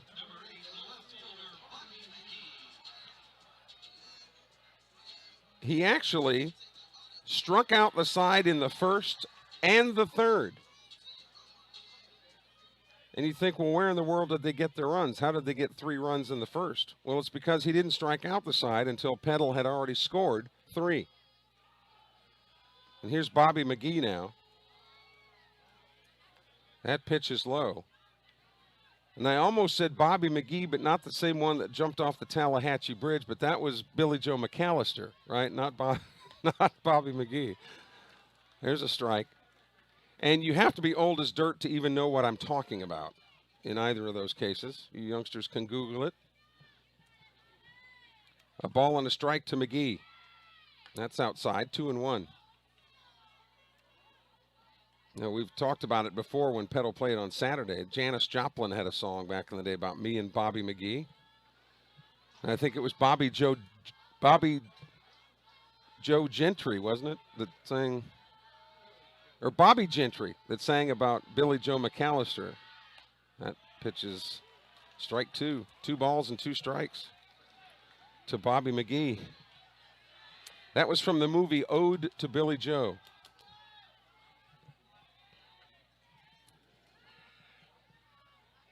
Show of hands if anybody cares. And no hands going, no hands going up. 2-2 pitch from Odom. Breaking ball away. Count fills now at 3-2. Beautiful night in Petal. I mean, it's one of those nights where you could wear shorts and be comfortable, but you could also wear, you know, the long legs and be comfortable. Wear a t-shirt and be okay. Could also wear the long sleeves and be fine. Base is empty, 1 away. Odom from the full windup. The payoff pitch coming. Foul tip, got a piece of it. McGee struck out swinging in the first. That's his only other at bat as he bats here in the bottom of the 4th.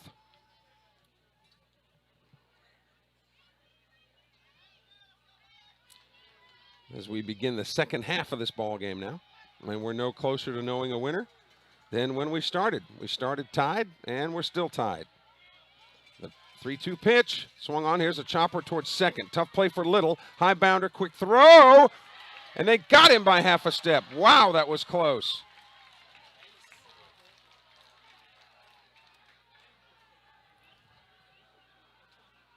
You know, it used to be back in the old days that the tie went to the runner. I'm not so sure anymore that the tie goes to the defender now. And obviously the umpire's got a better view of it than we do, but boy, that really looked close. So base is empty, 2 outs, and here's Henserling now. He singled and was rung up at second base. First pitch is low and inside, ball 1. Should Henserling reach, then back to the top of the order, and Blake Roberts. Swung on, fouled out of play to the right side. That's going to cause some damage. Didn't hear the thump, so it might have landed in between cars or trucks out there.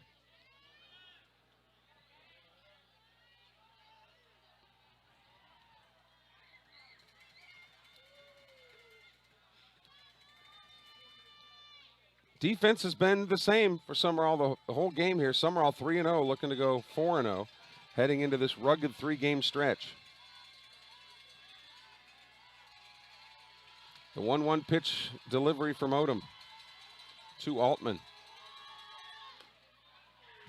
Outside, 2-1. Gunn had him at 83 miles an hour on that one here in the 4th inning. 2-1 pitch, swung on. Here's another chopper toward Little. Has to wait on the hop, but has time. Flips to first base, and that retires the side. So Ryan Little has 2 putouts there. We've completed 4 here in Petal tonight. For the Panthers, no runs, no hits, no errors, nobody left on base. The Panthers 3, the Bobcats 3. Back for the top of the 5th in a moment. You're watching Sumrall Bobcat Baseball, powered by Dandy Dan's.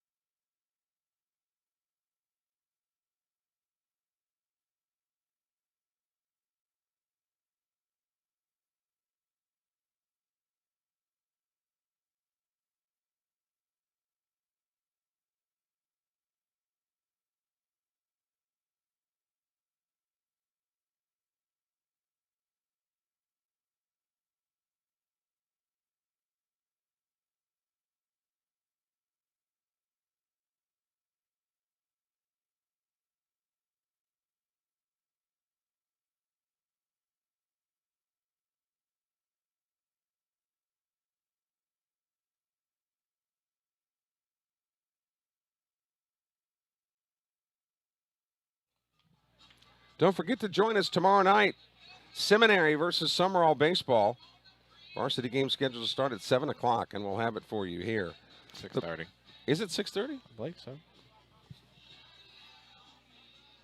Germ, you're the man. I work for you, so you tell me when to show up. I do know that Hayden Barrett's coming to bat here in the top of the 5th inning. In fact, the top 3 hitters for Sumrall, Barrett, Little, and Phillips. Yeah, 6:30. Okay. Make an earlier evening then.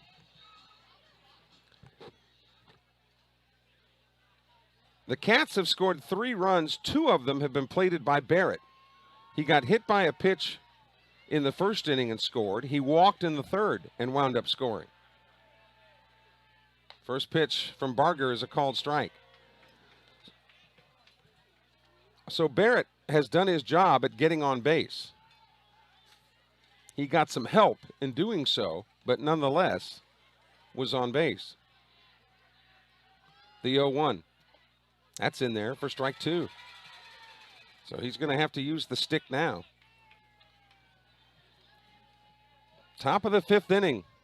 Sumrall 3, Petal 3.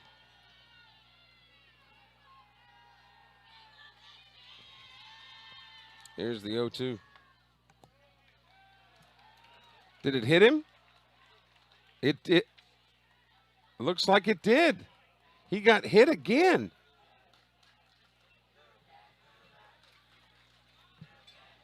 He might be the only guy that has 3 at-bats officially all year long between the walks and getting hit by pitches.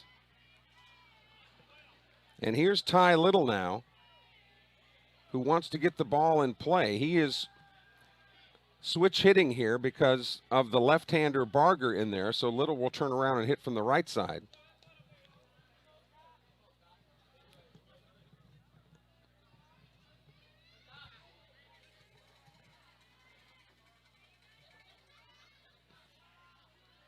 And Barger goes over to first base. So obviously Little is able to hit from both sides of the plate, and that's quite a tool to be able to have. Now the first base umpire has called time because a couple of cars down there along the first baseline have their lights on, and they don't have to leave, they just have to turn their lights off.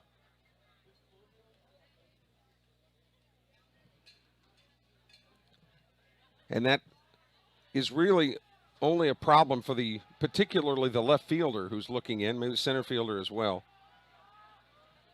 to see those headlights glaring.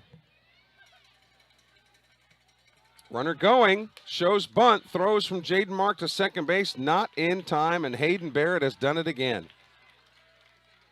He is just so fast. Those legs moving 100 miles an hour. Oh, Uncle Ernie's got to be proud. 1-0 pitch coming up to Ty Little, and then Marshall Phillips to the plate. Runner going again, and the bunt is down but foul. And I know what Andy Davis is grimacing about there. Little put the bunt down. Hayden Barrett had the base stolen. I mean, he was 3/4 of the way to third base before Barger ever released the ball. And in that situation, even though a bunt might be called, it's always advisable for the hitter to just let it go. But because it went foul now, they'll have to rewind the tape and do it all over again. So now the Panthers will be privy to what Barrett's got up his sleeve. And they hold him a little bit closer to the bag, see?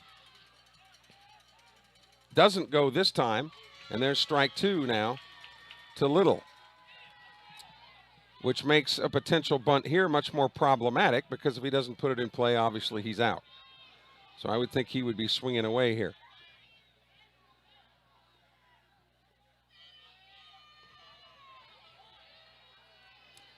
Top of the 5th inning, we're tied at 3. Sumrall batting. Time called at the plate.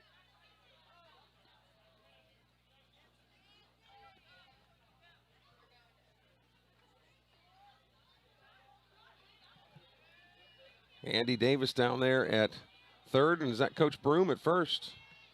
as Coach Cooley down in Mobile, I think, watching a little college golf. A foul tip there at the plate that keeps Little alive, and again, Barrett will have to go back. Not very many college golf outings that Coach Cooley gets to see his daughter play, but because most of those tournaments are much further away on the national map, but this one being that close and wanting obviously to support her down there watching that tournament, that makes sense. Barrett back into the bag. The count is 1-2 to tie Little. Sumrall batting in the top of the 5th inning. Barrett is at second base with no outs in a tie ball game.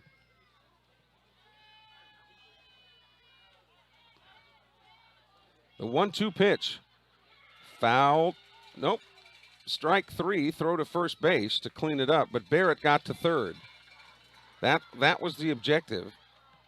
So Little is out on strikes for the first out of the inning, and here comes Marshall Phillips now. Phillips singled in the first, walked in the third, so he's officially 1 for 1. Boy, these great games bring out all the big stars. Rockin' Chris Robbins in the house tonight. Former Southern Miss standout. The pitch to Phillips. Swing and a miss. So the guys watching up in Scuba tonight, they probably have those trailers that are right there next to the baseball field still. And I think the tornado maybe damaged some of those a couple of years ago. But boy, they're off to a great start there at East Mississippi this year. 0-1 pitch. That's in there. Strike 2 now to Phillips with Hayden Norred on deck. Somehow they don't want to waste Barrett over there at third. We'll have a Coach Cooley update here in a moment. 0-2 pitch. It's inside and low. I guess maybe the weekend, maybe he was going to see his daughter play. He actually got sent home today as part of the quarantine. So I get my second vaccination next Wednesday. I'll be so thankful that I'm still up and about. I was so scared of that whole deal. You know, I missed football season this past year because of it. 1-2 pitch coming. Too high, 2-2. Well, Coach, we hope you're feeling okay. I know it's precautionary, but hope that that everything's all right. I hope we can get this one for you here on the road tonight. 2 balls, 2 strikes, 1 out. Marshall Phillips trying to get Barrett home from third here and give Sumrall a lead. Tied at 3. The pitch. Swing and a miss. They'll have to go to first. They throw to first, breaking for the plate, throw home, and he's safe. He's around the tag. There's that speed of Hayden Barrett. Wow. As soon as Jaden Mark went to first base to make sure that got cleaned up, Barrett broke for the plate, and Sumrall leads it 4-3.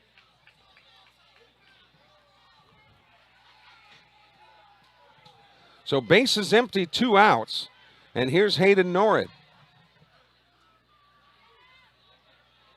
But the Bobcats lead the Panthers now 4-3. Another run on no hits. Breaking ball low. Looking at the line score, it is bizarre. 4 runs, 1 hit for Sumrall. It was the Phillips double back in the first. That's been it. 1 error. That's ball 2. For Petal, 3 runs, 5 hits, no errors. The Lady Cats defeated West Jones in softball tonight, 9-2. So congratulations to the Sumrall Lady Cats defeating West Jones, 9-2. 2-0 pitch. That's a strike. So now Nord will get the green light. Should he reach, then Levi Odom would come to bat. Sumrall has grabbed the lead here in the top of the 5th.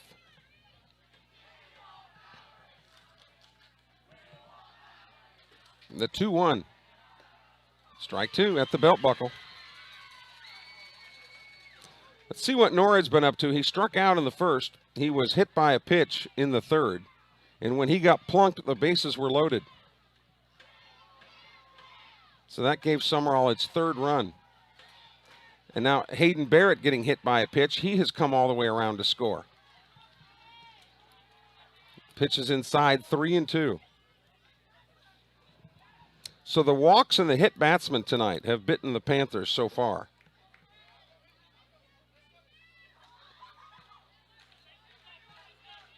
Four walks and 3 hit batsmen. Ball got away from Mark. Norrid races down to first base. So the pitcher is credited with the strikeout. And if this was a major league, you know, if in a professional game, that would be an error on the catcher. But on a drop 3rd strike.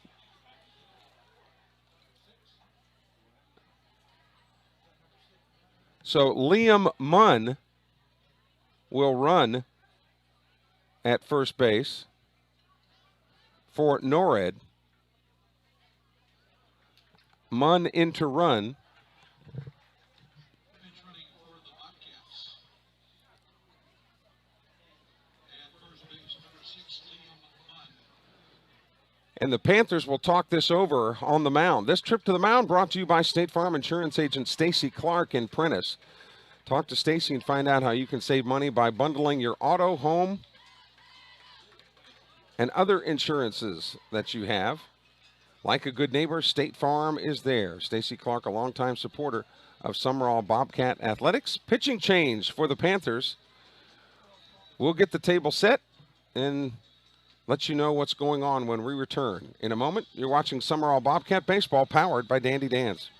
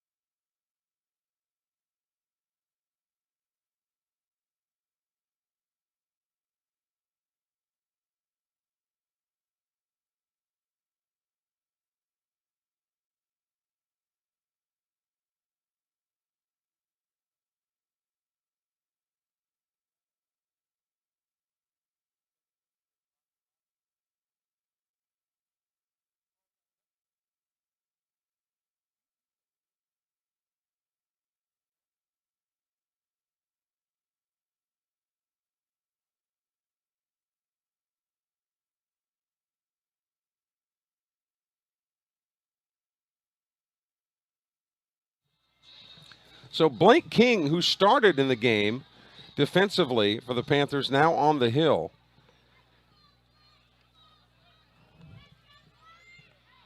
And Odom, the hitter. Odom has flown to center and had a sacrifice fly to right where he was credited with an RBI. Liam Munn running for Norrid now, swing and a miss at that King fastball. So again, Bobcats not hitting the ball especially well tonight, but they're making the most of their opportunities via the stolen base and their team speed. Throw over to first, and Munn is back in time. We mentioned Digger Freeman would normally be doing some running too, but Digger's having some surgery tomorrow, so he's at home getting ready for that. We'll offer up some prayers that everything goes smoothly. 0-1 pitch. Swung on, popped it up. Right side of the infield. Should be routine. And it is. And that retires the side as an easy play there for Eli Counts, who's come in to play first base for Petal. He makes that catch. So for the Bobcats, 1 run on no hits. There were no errors and 1 man left on base. We go to the bottom of the 5th inning. It's Sumrall 4, Petal 3. This is the home of Sumrall Bobcat Baseball, powered by Dandy Dan's.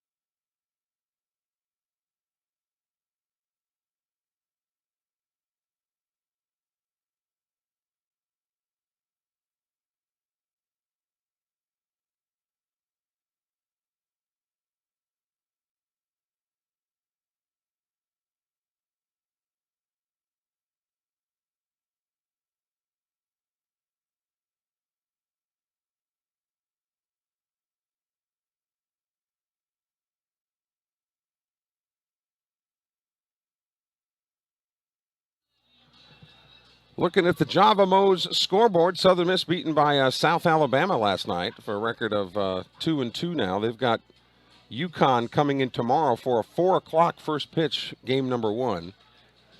But you won't be able to go to that game because you'll be watching the Cats tomorrow at home against Seminary.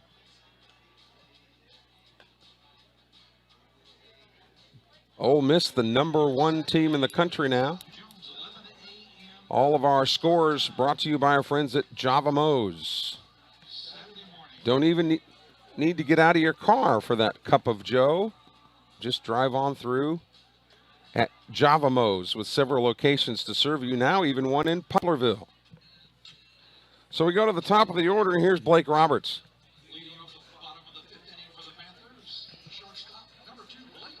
Roberts singled in the first and scored, and then reached on a fielder's choice. So Levi Odom back out there to work again. Glad that you're with us on this Thursday night. The Hattiesburg game, which was supposed to be the opener, that's been rescheduled for Saturday at 2. We'll have that one for you. That pitch is high.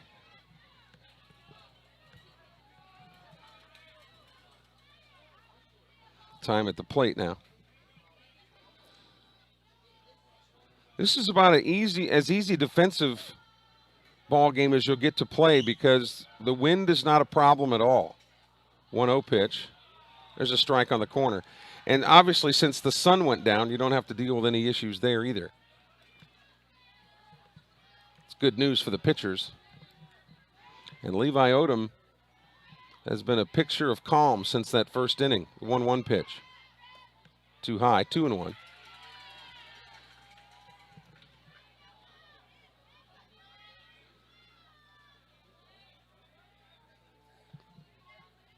Leadoff hitter for the Panthers, Blake Roberts. He's their leadoff hitter in the lineup. Swung on, and that one's fouled back. 2-2 now. Roberts, King, and Hooks. Hitters 1, 2, and 3 here in the bottom of the 5th inning. You have to wonder if Odom is on some kind of pitch count because he has gone the distance, and he threw a lot of pitches in the first inning. 2-2 pitch. He struck him out. Another strikeout. 1 away, and that'll bring up Blake King. 8 strikeouts now for Levi Odom. And Blake King, who's now pitching, digs in. He singled and scored in the first and grounded to second. He is 1 for 2. First pitch is a strike on the corner.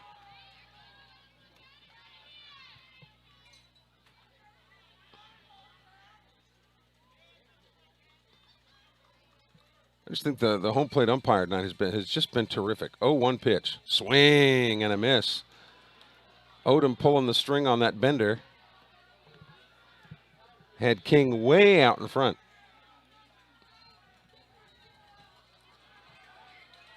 So the Panthers in a district in 6A with Meridian, Brandon, and Oak Grove.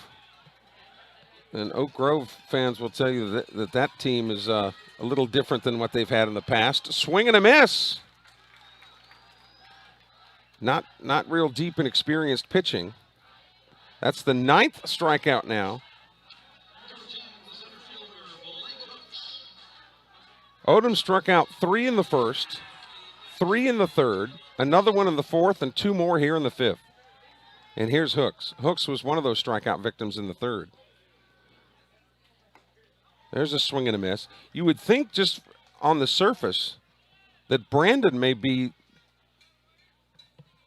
a team that everybody is maybe looking at as that pitch is low. 1-1. It'll be wide open. Let's just hope we get all the playoff games in and we can have a season and a full season, and that the state might having some success in battling the virus and we can get more fans to these games. The 1-1 pitch. Swung on. There's a drive to right field. Dito to his left on the move and makes the grab. Moving toward the foul line, Dito corrals it for out number 3. The Panthers are retired in order. No runs, no hits, no errors, nobody left in the 5th, and we've completed 5 here in the Friendly City. It's the Sumrall Bobcats 4, the Petal Panthers 3. This is Sumrall Bobcat Baseball, powered by Dandy Dan's.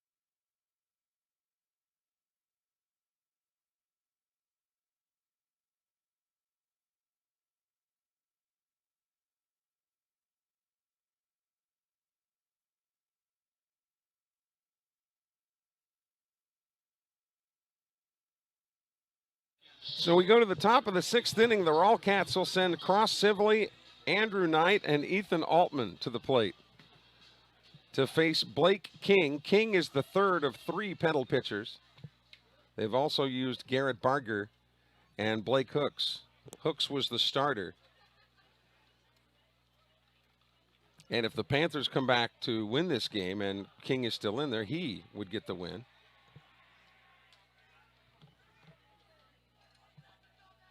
Home plate umpire wanting the Bobcats to get deeper into the bullpen. Marshall Phillips going to warm up now in the bullpen, it would appear. Remember, Morales warmed up a little bit earlier. Nice breaking pitch in there by King. Strike 1 to Sibley, who grounded to 3rd in the 2nd. He flew to center in the 4th. He is 0 for 2. King from the full windup, kicks and delivers. Check swing outside, ball 1. The Panthers have moved some of their defensive personnel around. But King now on the bump. The 1-1 pitch. Swung on, high pop-up. Shallow right field. Catch made out there in right field by Eli Britt. And that's the first out of the inning. So here's Andrew Knight. He popped up to first when he batted in the 2nd inning. In the 4th, he walked and was stranded at first.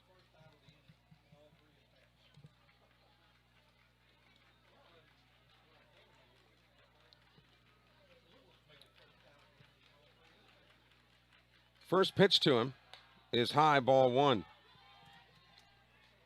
I think maybe when all is said and done, when Andrew Knight's career is all said and done, he, dare I say, he'll be the best Knight pitcher to come through there. Swung on, there's a little looper out toward right field. This is trouble. That ball is down. It is fair and inside the line. So Andrew Knight has a single to right. Obviously, we knew it was headed out to right field. A lot of those have a tendency to tail, but that one was pretty much holding a straight course and dropped straight down toward the line and inside the line by about a foot.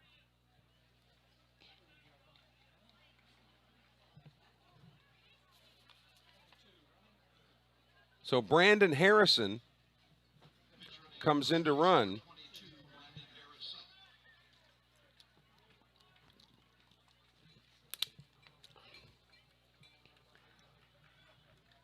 So Harrison running, and here's Altman. You think here that maybe the Bobcats would be looking for some insurance runs, and Altman, who has struck out twice, the Panthers think that he might be putting the bunt down as well.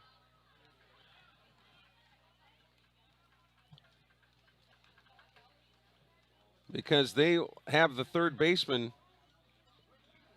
creeping in at third, thinking that Altman might try to put it down. So we'll see. Another throw to first. But the Panthers want to keep Harrison close. Because when you've got teams that pitch this well, one run can sometimes seem like 10. Sumrall batting in the top of the 6th, leading Petal 4-3. They beat the Panthers on opening day 5-2 over in Lamar County. Throw again to first. So Brandon Harrison's going to have to get some more Tide Pods tonight already. Top of the 6th inning.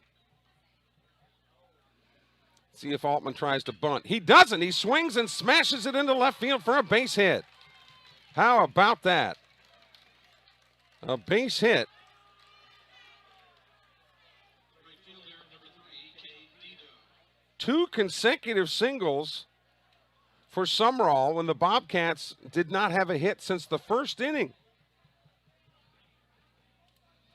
Now here's Dito, the number 9 man in the order. He has walked and scored and struck out. A 1 out in the inning. 1 out. Number 1 running at first. Cruz, I think. Hayes Rayner. Rayner, who played center field over the weekend, he is courtesy running at first. There's a fastball strike. But you would think strategically here, with Dito, the number 9 man in the order, with runners on first and second. Now, there is 1 out. With no outs, he would certainly be bunting. But the Panthers think he might still be.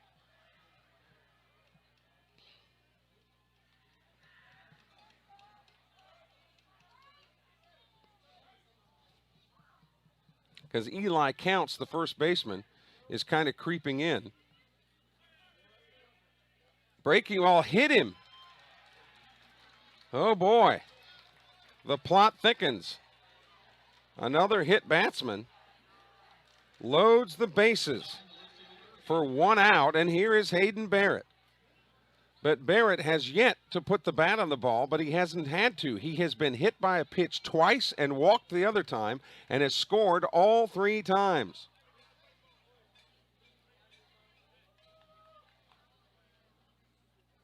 So the Panthers cannot afford to plunk him again. And with King being the right-hander, Ty Little will get to turn around and hit left-handed, which is his preferred side. So the Panthers bring in the corners. For any shot down the line, they'll go for the force at home to try to prevent Knight from scoring. Well, Harrison in this case, who's running for Knight. First pitch, too high, ball 1. You also have to wonder if Barrett might be on the take until he gets a strike.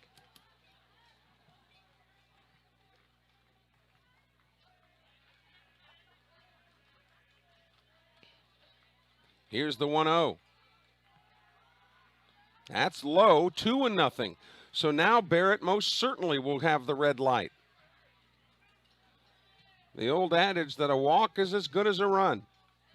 It's not exactly the way Barrett would like to play it, but when you're playing the Petal Panthers, you take anything you can get. There's a strike on the corner. Now Barrett will have to get to work. Harrison at third. Rayner at second, Dito at first. Sumrall leads 4-3, looking for more here in the 6th. 2-1 pitch is outside. It is 3-1.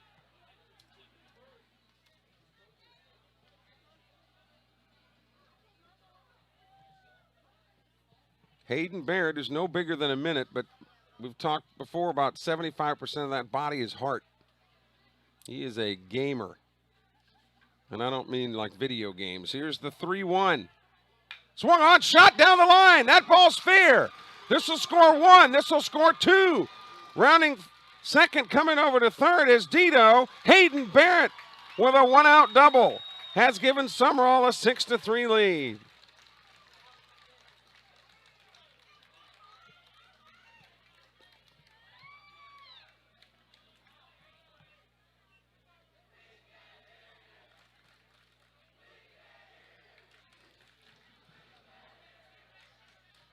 So runners at second and third with one out, and here's Ty Little now.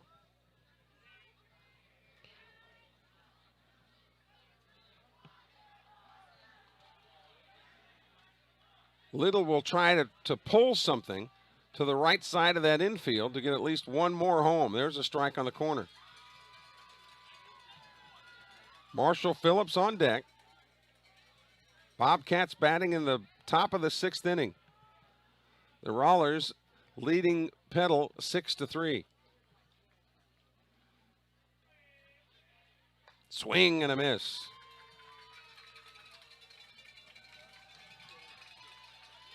So 0-2 now to Little. Little has made every play at him tonight at second base. Trying to contribute now offensively. That pitch is off the plate, 0-2.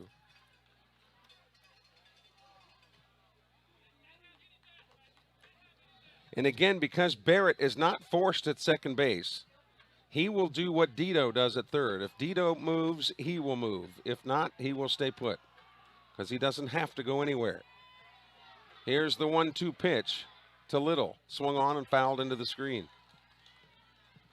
The Sumrall team has been very loosey-goosey early in the season. Very comfortable, very relaxed. And again, you look at these guys, if you just base their ability on their size, you wouldn't think much. But, man, they're playing some good baseball early on. That's off the plate, 2-2. Taking advantage of just about every opportunity you give them.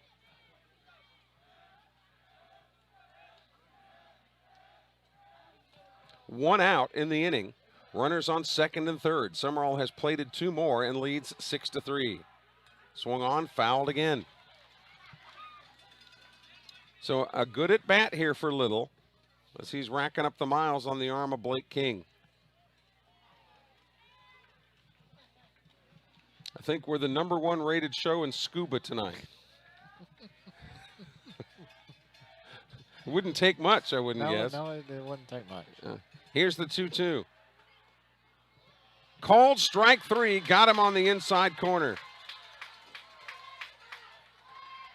2 away, and that'll bring up Marshall Phillips. It'll be up to him. Marshall doubled in the first, walked in the third, struck out in the 5th. He's officially 1 for 2. So runners will be going on contact. We just heard from the Nielsen ratings. We are #1 in scuba, right ahead of Temptation Island.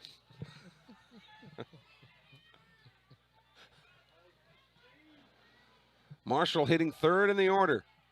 First pitch is right down the tube for strike 1. 2 outs here in the top of the 6th. Dito at third.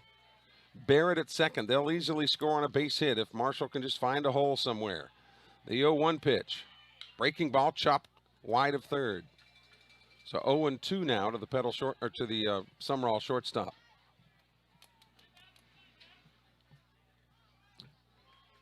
Jeremy Thompson, our producer, he and his dad, they're the real brains behind this outfit. They just hand me the headset. Here you go, Mr. Sanner, respecting my 150 years of broadcasting. Here's the 0-2.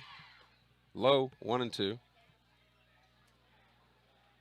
But I thank them. There's no way in the world I could set all this up.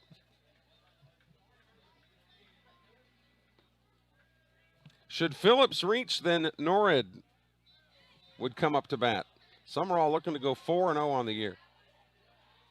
Here's the 1-2 pitch. Breaking ball. There's a shot towards short. Pittman's got it. Throw to first. Off the bag. And a run scores. Here comes the throw to the plate. And Barrett is out. But the first run scored. Dito scored. E6, Phillips reaches on the error. Dito scored, and Barrett gets rung up at the plate as he tried to score as well. So Sumrall comes up with 3 runs on 3 hits. There was 1 error and 1 man left on base. We go to the bottom of the 6th inning. It's Sumrall 7, Petal 3. Back with more in a moment. This is Sumrall Bobcat Baseball, powered by Dandy Dan's.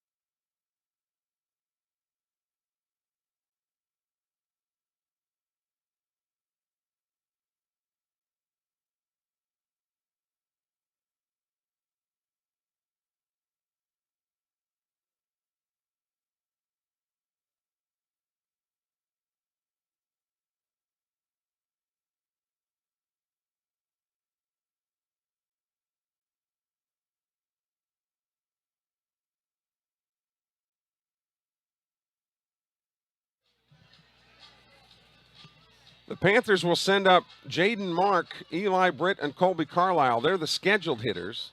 That's 4, 5, and 6 to face Levi Odom, who's out there again. Sumrall got 1 in the first, 2 in the third, 1 in the fifth, and 3 more in the sixth.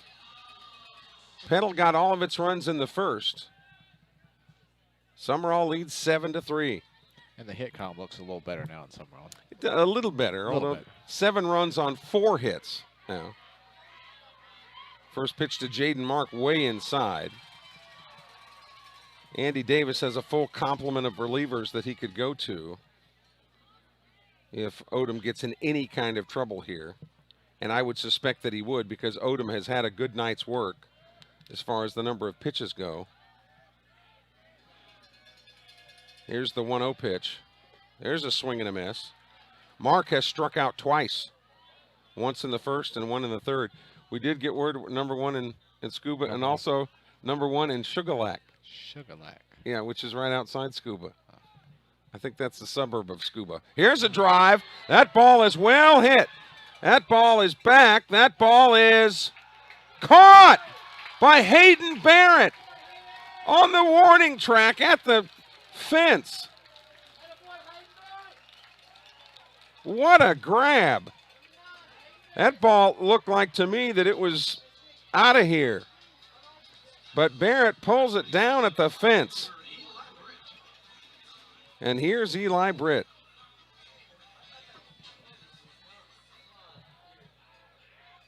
And I think I mentioned that Colby Pittman made that throw at short, but Pittman was not at short. It was at shortstop. Blake Roberts was at shortstop. And there's another car. You heard that thud, didn't you? Of course, if it hit my car, it would cause hundreds of dollars worth of improvements. Here's the 0-1. There's a little lazy fly towards center. That one will drop. Wisely, Sibley lets it plummet in front of him. So there's a 1-out single for Britt. And that brings up Colby Carlisle. Bottom of the 6th inning. What a defensive play by Hayden Barrett. Is there anything that guy can't do?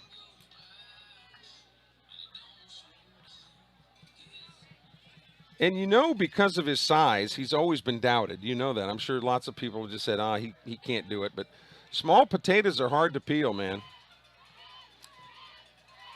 And the smaller guys always try harder because they've had to.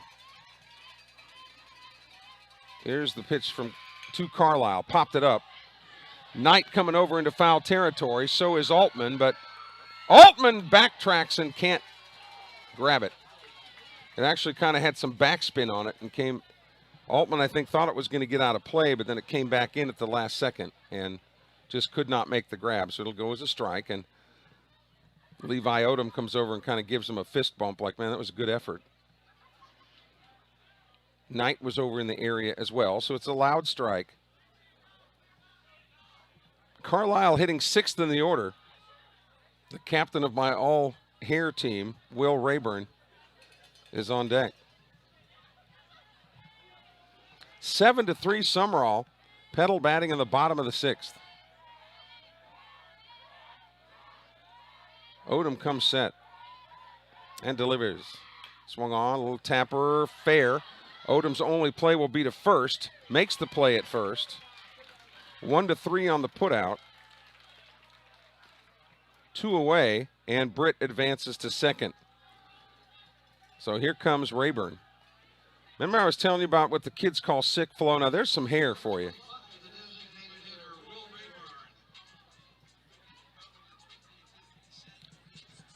If I could still grow my hair that long, Jerome, I would do it. I would look silly at my age, but I'd do it. You didn't have the COVID mullet? I did not. So Britt's at second. He's in scoring position with 2 outs, and he'll be on the move with any kind of contact. First pitch is away, ball 1. The Bobcats of Sumrall and the Bulldogs of Seminary tomorrow night at 6:30 game time at Larry Knight Field. 1-0 pitch. Swung on. This is lifted toward left field. Barrett moving back toward the line. Barrett now to his left. Can't get this one. It's over his head. That ball rolls to the fence after getting by Barrett. That's a double for Rayburn and a run scored.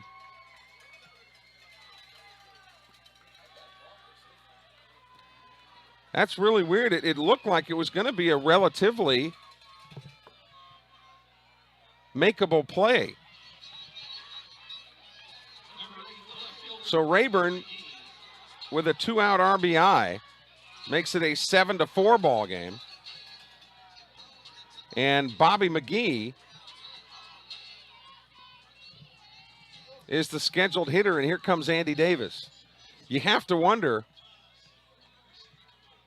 if and when Andy Davis goes to the bullpen, because again, it's not like Levi Odom hasn't thrown a number of pitches. Andrew Knight coming in now from first base. You have to wonder if this is a discussion or will they go to Knight here. But he just pitched on Tuesday, so no, that wouldn't be the case. So it's a team discussion. Morales has warmed up. And Marshall Phillips had warmed up.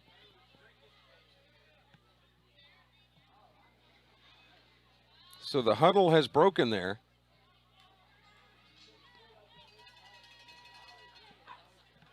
And Odom stays. And it's Bobby McGee, who has struck out and grounded to second. Sumrall got 3 in the top of the inning. Petal has answered with 1. It is 7-4. Sumrall. First pitch is high, ball 1 to McGee. McGee, the number 8 man in the order.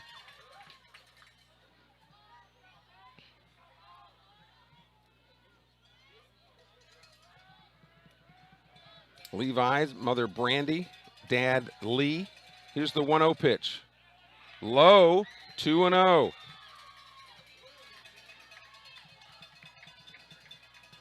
I would think if he stubs his toe any further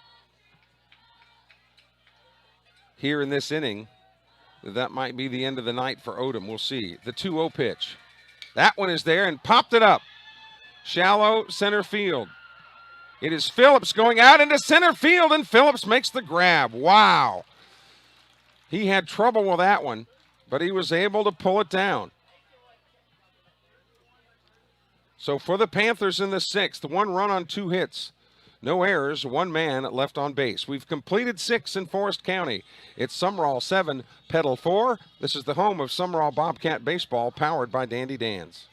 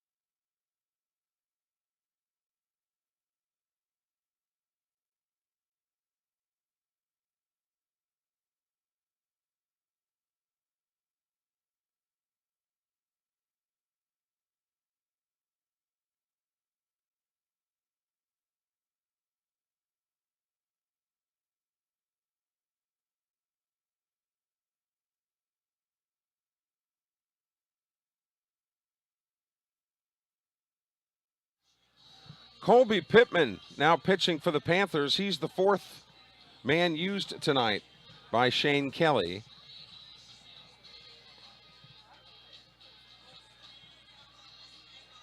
Colby Pittman, whose dad Wayne Pittman, an administrator at Petal. And he is a pure baseball guy. He will face Norrid, Odom, and Sibley. They're the scheduled hitters here in the 7th inning. Sumrall trying to extend a 7-4 lead.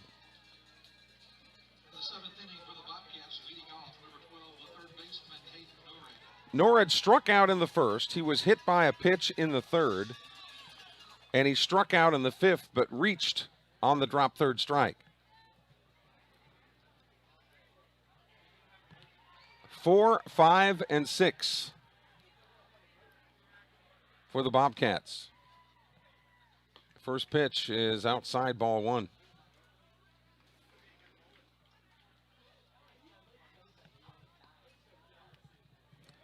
Madison Central, we were talking about some other high school teams. Madison Central, ranked 2nd in the country? Something like that. That pitch swung on. Over into foul territory. Here come the Panthers, and that ball almost got into the Oak Grove dugout, but a little bit, the Sumrall dugout. I was thinking about Oak Grove because Madison Central beat Oak Grove the other night. 21 runs Madison Central put up on Oak Grove.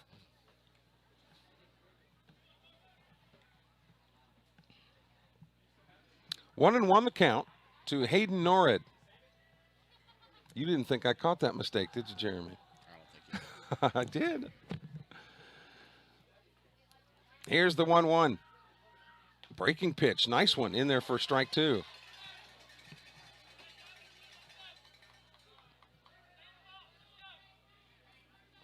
Boy, the Bobcats have been, if nothing else, efficient. When they get the walk or they get the hit batsman, they steal bases. They'll put the bunts down. They really use the speed, that team speed that they have, to their advantage. That's low. 2-2 now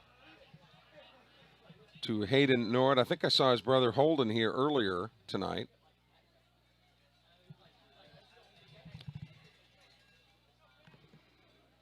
And of course, Lisa and Darren, his parents. Here's the 2-2 pitch.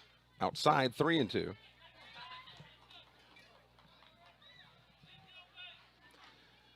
We'll see if Levi Odom comes out in the 7th to try to pitch the complete gamer.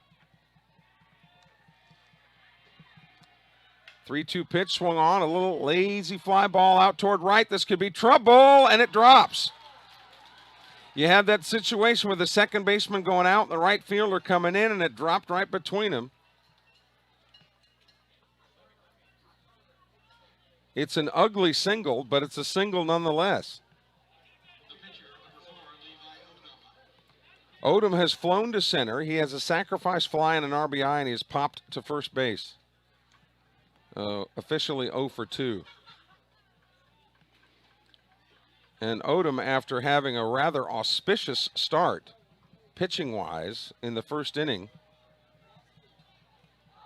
didn't really have any other issues until that 6th inning. Sumrall leading it 7-4 here in the top of the 7th. First pitch to him is outside, ball 1. We talked about the overall team speed of the Bobcats. Norrid, though, generally not one that would be as fleet of foot as some of the other guys. It's because he's a big dude. 1-0 pitch, swung on, chopper toward third. Fielded cleanly. Only play is nowhere.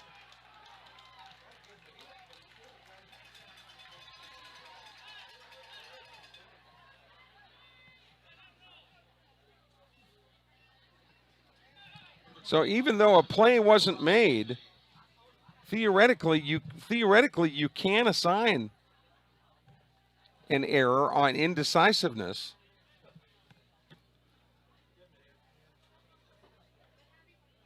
So runners at first and second, that's the bottom line with nobody out. And here's Sibley now.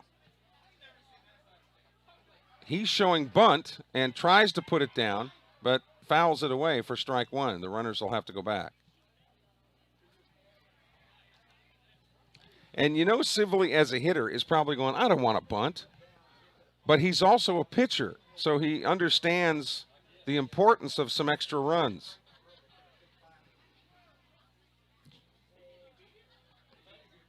Mark out calling the defensive signals.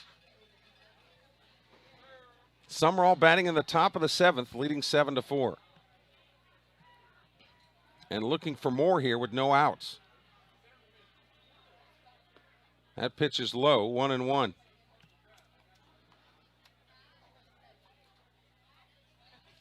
Blake Hooks, Garrett Barger, Blake King, and now Colby Pittman for Petal. Pittman here in the 7th. The 1-1 pitch. Outside, 2-1. Sibley showed bunt again. So the Bobcats are willing to give the out in order to advance the runners. But Sibley has not gotten anything that he can put down. The 2-1. There's one, and it's a beautiful bunt. They go to first base for the out. So the sacrifice bunt is recorded. Beautiful bunt there by Cross Sibley. Advances his teammates. And here's Andrew Knight now, who singled his last time up with a blooper down the right field line. And I mean, it got inside the line by about a foot. Knight officially 1 for 2 with a run scored. 2 more runs would be some great insurance.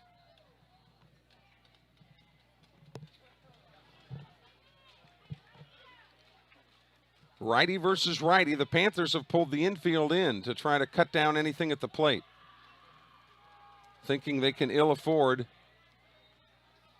any more powder blue across the plate. First pitch is high tonight. Austin, Alex, Andrew Knight. That pitch is high.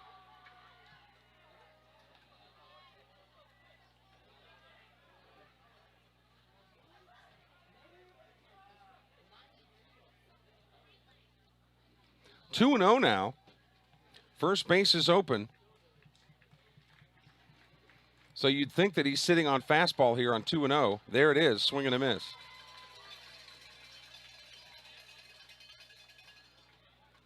Seven runs, 6 hits, 1 error for Sumrall. 4 runs, 7 hits, 1 error for the Panthers. Sumrall batting in the top of the 7th. Runners on 2nd and 3rd with 1 out. Here's the 2-1. Swung on, fouled into the screen.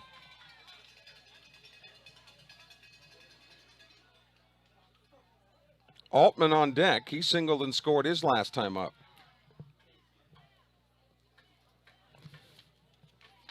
Real South Hunting, we thank them for their support, along with Com South, the Casey Long Alpha Insurance Agency, Rainforest Car Wash, and Recommended Collision Repair, along with Java Mose. Here's your 2-2 pitch. Swung on, shot towards short. Hold the runner at 3rd and go to 1st. Good play there. 2 away. And it'll be up to Ethan Altman, and with 2 outs, the Petal defense will go back to normal depth.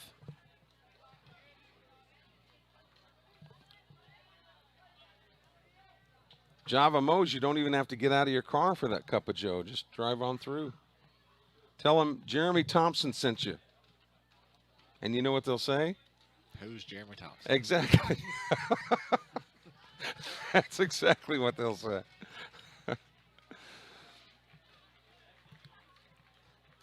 First pitch to Altman is a bender. That's low, ball 1. 2 outs. Runners will be going on contact.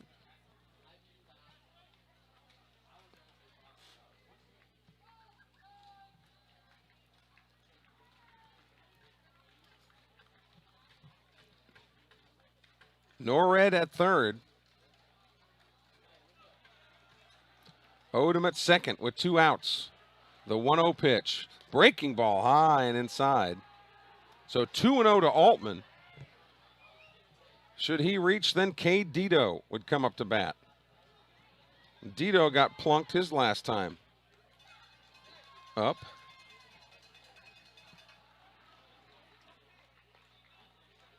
Basketball season winding down, the state tournament for high school. They're going to get some form or fashion of a state high school tournament in. NCAA tournament in Indianapolis, all games in Indianapolis this year. They've made some rulings on that today as far as attendance and whatnot. 2-0 pitch is right there for a 2-1 count now. And again, March 1st, which is on Monday, Governor Reeves and all of his crew will make a decision as to how our state is doing in battling COVID-19 and what that'll mean for restrictions at sporting events and other venues. 2-1 pitch, low, 3-1. 2 outs in the inning. The sacrifice bunt by Sibley, he was rung up at first, but he did get his teammates over to second and third. And then Knight grounded out to short with a pulled in infield. Runners held their positions. 3-1 count. Pittman coming to Altman, and time is called. Seminary tomorrow night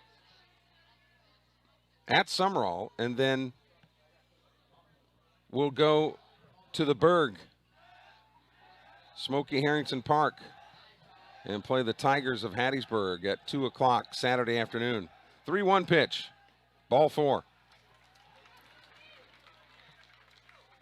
So the bases are loaded now. Altman's the catcher, so you know he will be lifted, and Hayes Rayner will be the courtesy runner. And here is Cade Dito now. No place to put Dito. Pittman will have to face him here. And Pittman will go from the full windup. The first pitch is low, ball 1.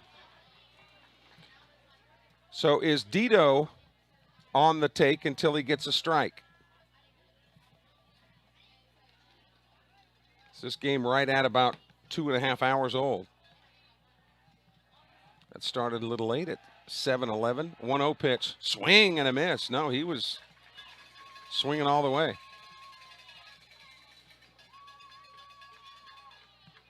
Runners will be rocking and rolling. With 2 outs, they don't have to worry about being doubled up. 1-1 pitch, swung on, lifted foul. That might cause some damage too.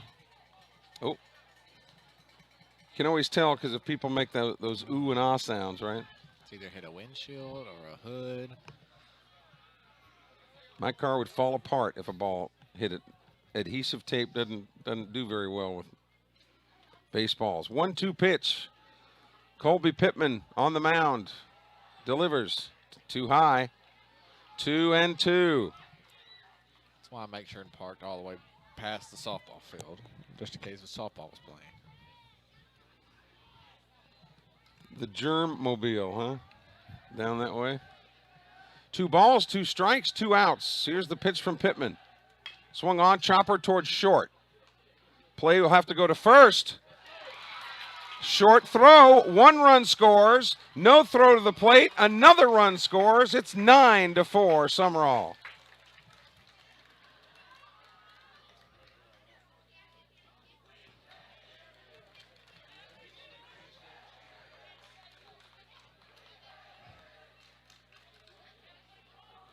Error on the throw.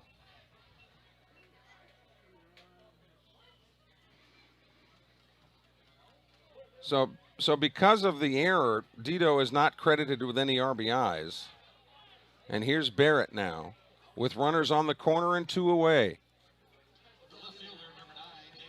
The Bobcats are showing that they're very much a late inning team. They've scored 6 runs in the last 3 innings after being rather quiet the first part of the game. So here's Barrett now. It was the same scenario of the Taylorsville game, coming in late.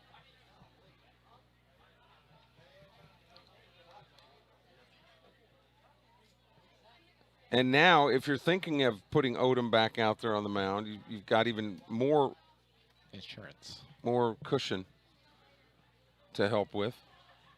So Hayes Rayner at third, running for Altman, and Dito at first. First pitch, there's a drive. That ball down the left field line. He is looking. That ball is gone.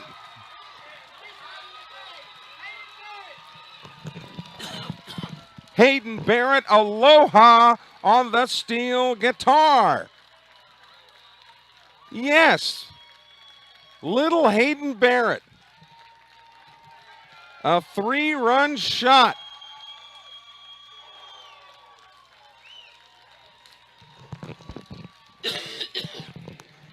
It looked like it had a chance right off the bat. And son of a gun. Over the wall it goes. A 3-run homer.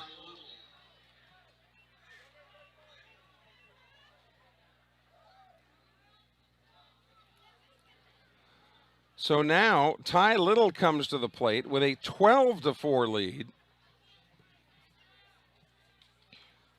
But timeout is on the field.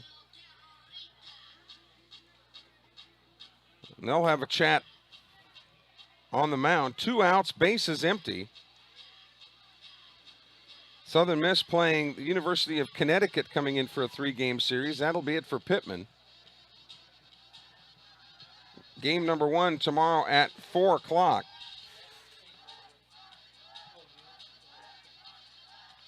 Our schedule and scoreboard brought to you by our friends at Java Mo's. Again, you don't even have to get out of the car for that cup of joe. Just go to your favorite Java Mo's.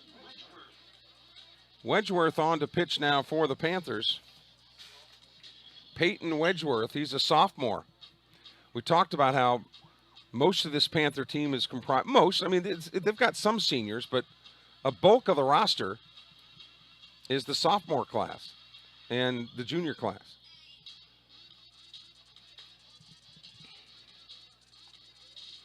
So the Bobcats have erupted.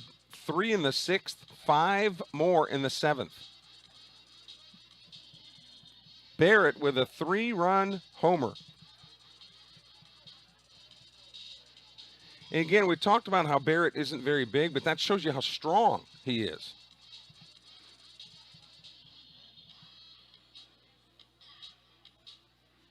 I would be like the before picture at the gym. Hayden Barrett would be the after picture.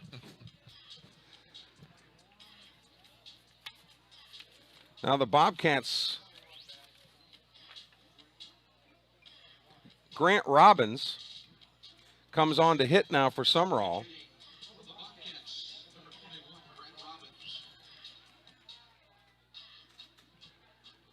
Grant Robbins, we talked about his dad, Chris Robbins, the former Southern Miss great baseball player who also hit from the left side. And his first pitch from Wentworth is a called strike. And Robbins gets the nod because he does swing from the left side. And Wedgeworth a righty. So bases empty, 2 away here in the top of the 7th. The 0-1, swing and a miss.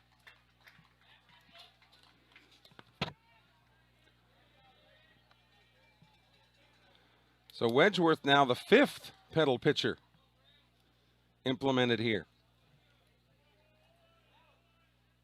Swung on, fouled out of play. That's tough for a guy to do, to come in off the bench like that. But Robbins is a real Trojan in the weight room too, like his brother Garrett was. I think Garrett's probably listening still up there in Scuba. 0-2 pitch is outside. 1-2. Garrett was a right-handed hitter though. And this G2 swings it from the left side. And I think G3 might be a left-handed hitter. 1-2 pitch. Called strike 3. Down he goes on strikes. So that's it for the Bobcats in the 7th. But they come up with 5 runs on 2 hits. 5 runs on 2 hits. There was an error, and nobody left on base. So we go to the bottom of the 7th inning, and Marshall Phillips will come in to finish this one up, or at least attempt to finish it up for Sumrall. This is the home of Sumrall Bobcat Baseball, powered by Dandy Dan's.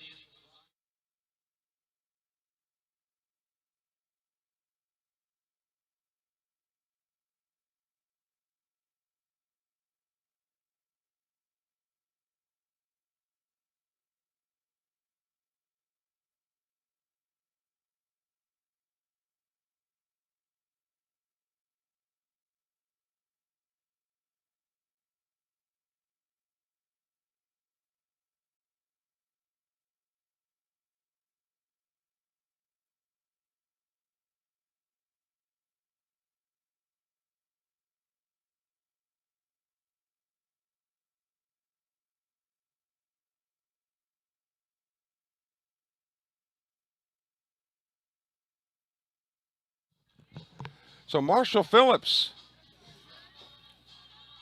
gets an opportunity to come in. This would not be a save situation,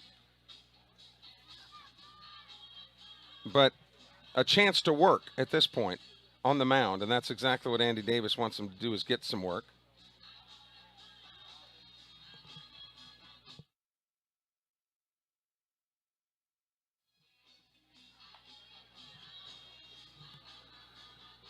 So Odom goes to third.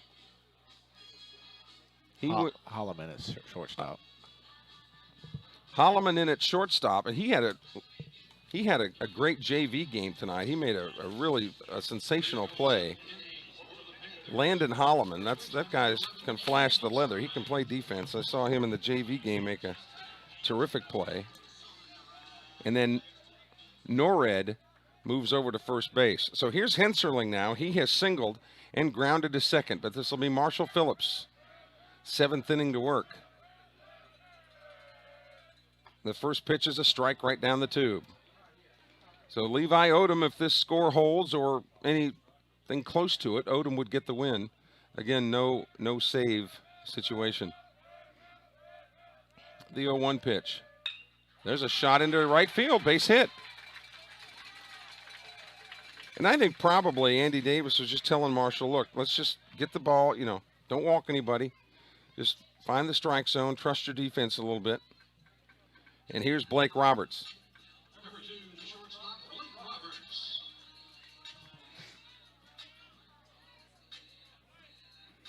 So now the defense for Sumrall has Odom at third, Holloman at short, Little at second, and Norrid at first. And if you had to give it MVP now, it'd have to be both Odom and Barrett.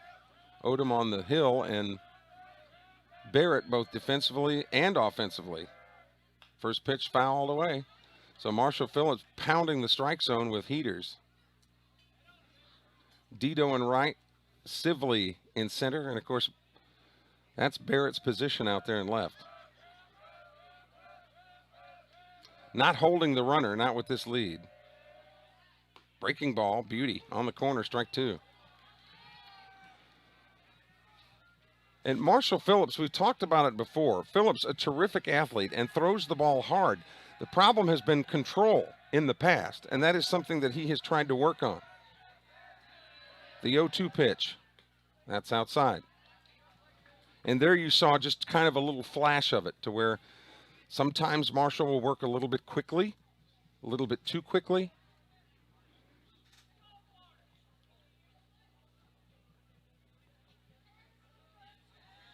The pitcher is the conductor of the orchestra when it comes to the defense. Here's the 1-2 pitch. That ball gets away, but runner holds. Panthers can't afford any outs. So 2-2 the count to Blake Roberts, the number 1 man in the order. Sumrall leading 12-4 here in the top of the 7th inning. The 2-2 pitch. Foul ball. Out of play down the right side. Oh boy, I heard that one from here.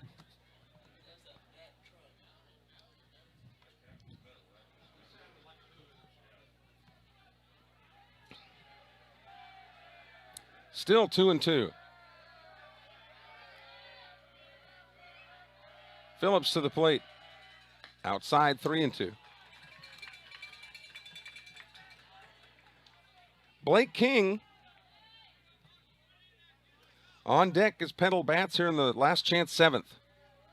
12 runs, 7 hits, 1 error for Sumrall. 4, 8, and 2 for the Panthers. Ball 4 is low.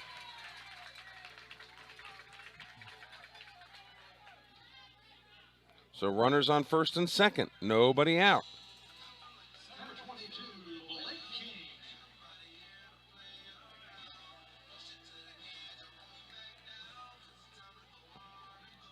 So here we go. King now with hooks on deck. First pitch from Phillips is outside, ball 1. Marshall Phillips on in relief of Levi Odom. Odom got off to a rough start, but man, he settled down quickly. And he's in line to get the win. That pitch, there it goes outside. Runners advance to second and third.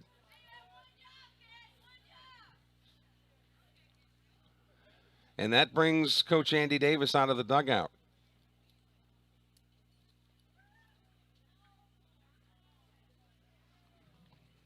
And again, I had the opportunity to coach Marshall when he was, I don't know, 8, 9, 10 years old, somewhere in there for a couple of years, and just a wealth of athletic talent. Just a matter of developing that little extra control.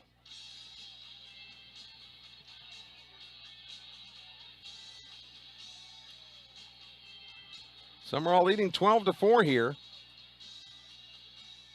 I think it's probably what Coach Davis told him. Look, man, just settle down. We can't defend a walk. And Marshall is a competitor too, boy. You talk about hating to lose. And I know that's kind of cliche in sports, but there's some guys I think if it really came down to it, doesn't hurt them as badly as others. But Marshall Phillips, not one of those guys. 2-0 pitch. There's a strike down the middle. Sumrall looking to go 4-0 before the Bulldogs come to town tomorrow night. 2-1 pitch. There's a strike. Well, whatever he said must have worked. Did we take the ratings win tonight in Scuba? I think so. Okay. I think we clinched that. Good deal. The 2-2 pitch. There's a shot into the gap in right center field. That's down. That'll score 2 runs. Thrown out a second. Not in time. So it's a double for King. 2 runs are in and nobody out. So the Panthers going anything but quietly. It's 12-6 now. And here's Blake Hooks.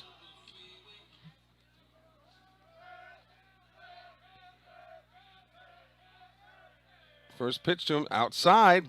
Great job by Altman to keep that ball in front of him. He short hopped that one.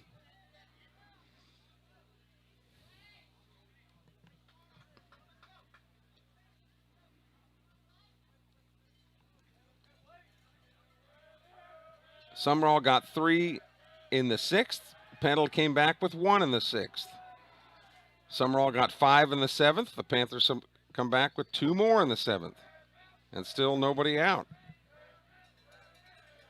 The 1-0 pitch. That's fouled out of play. Look out, Truck City. Got another one over there. See, the Booster Club at Petal should park the cars over there of the people who didn't buy season tickets. You know. The 1-1 pitch. Low, 2-1. Jaden Mark, the Petal catcher, on deck here in the 7th. Panthers still lead at 12-6, but nobody out here in the 7th. There's a strike. 2 balls and 2 strikes now. Marshall Phillips on in relief of Levi Odom.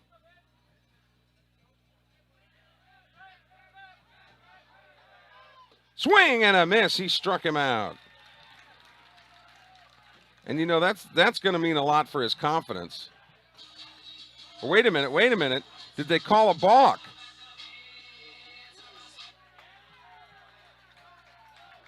So they called a balk, which means no pitch on hooks.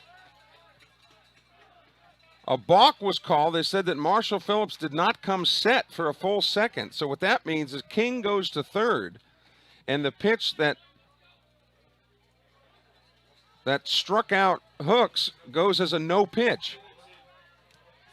2-2.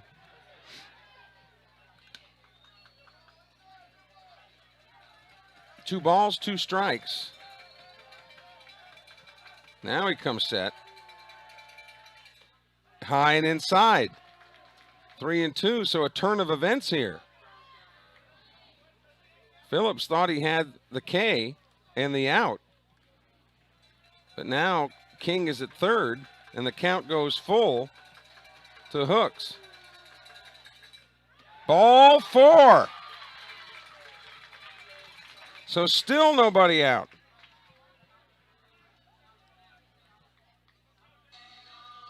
Runners at the corners, and here's Jaden Mark.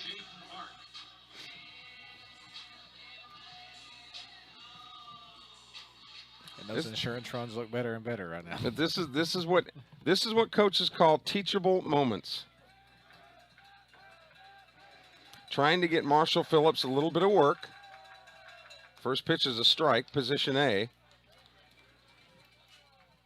And Coach Andy Davis might have thought in other situations where games were closer that he couldn't get Marshall some of the work that he needed. And this is a chance for him to be able to work himself out of trouble that he made for himself.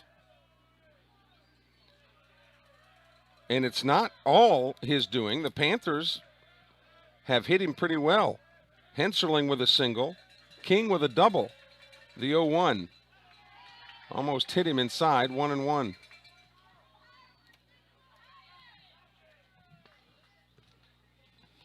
But should the Panthers get too close here, you'd have to wonder when Andy Davis says, okay, enough learning for the day. 1-1 pitch is outside, 2-1. And Marshall Phillips wants to talk to Altman now. Landon Holloman there at shortstop. Boy, I like that kid. I like Holloman, boy. He can flash the leather for sure. 2 balls and a strike to Jaden Mark. He's the cleanup hitter, and then Eli Britt would be next. But the Panthers have already put up 2 runs with no outs. They've got 2 runners on base. Still no outs. The 2-1 offering. Off the fist. And actually came right in here. Look at that.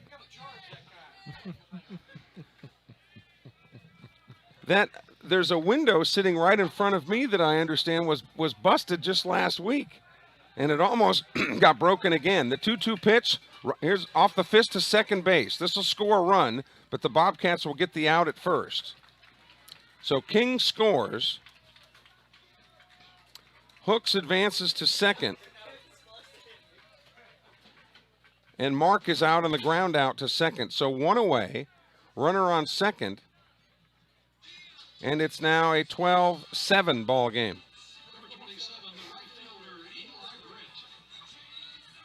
So here's Eli Britt. I didn't think that had a chance of getting in here. Phillips from the set. First pitch is too high.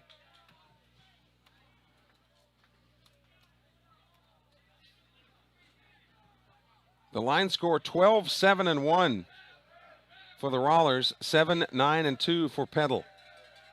There's a strike. Bottom of the 7th inning. Sumrall got 5 runs in the top.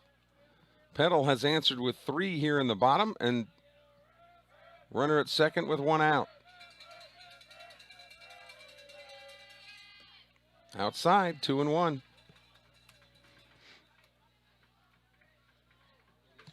Phillips is one of the guys that was listed on that deep pitching staff.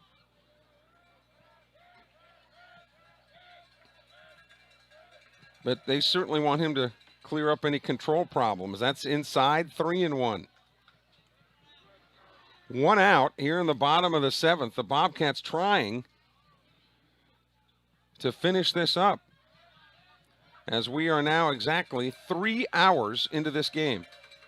That's too high. Ball 4.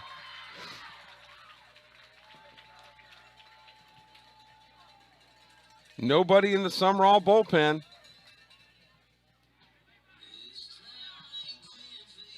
And here's Colby Carlisle. He has struck out twice and grounded to the pitcher.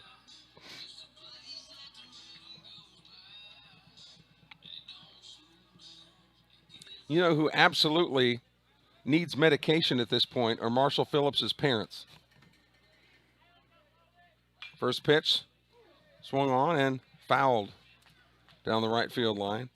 I know how it is as a parent of a pitcher. You know that your son knows what to do. It's just a matter of executing. The 0-1 pitch. Breaking ball inside, 1-1. Really took something off of that one.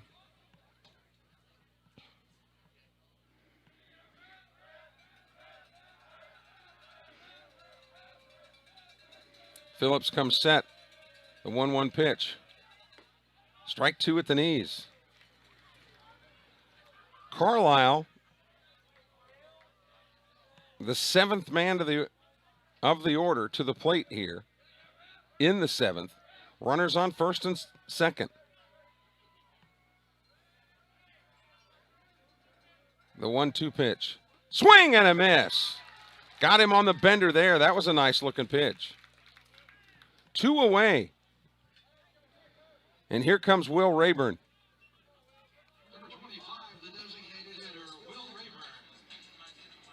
Who's got plenty of coupons from Supercuts that are getting dusty. He's been hit by a pitch. He struck out, doubled with an RBI. So the Bobcats 1 out away.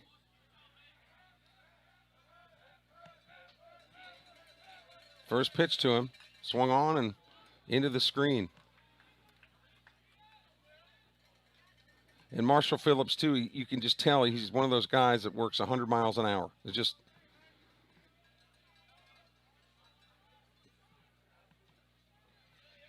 I don't know how he goes to sleep at night. He's so wound up. The 0-1 swung on. That's laced foul down the left field line. So Phillips ahead in the count of 0-2 here to Rayburn.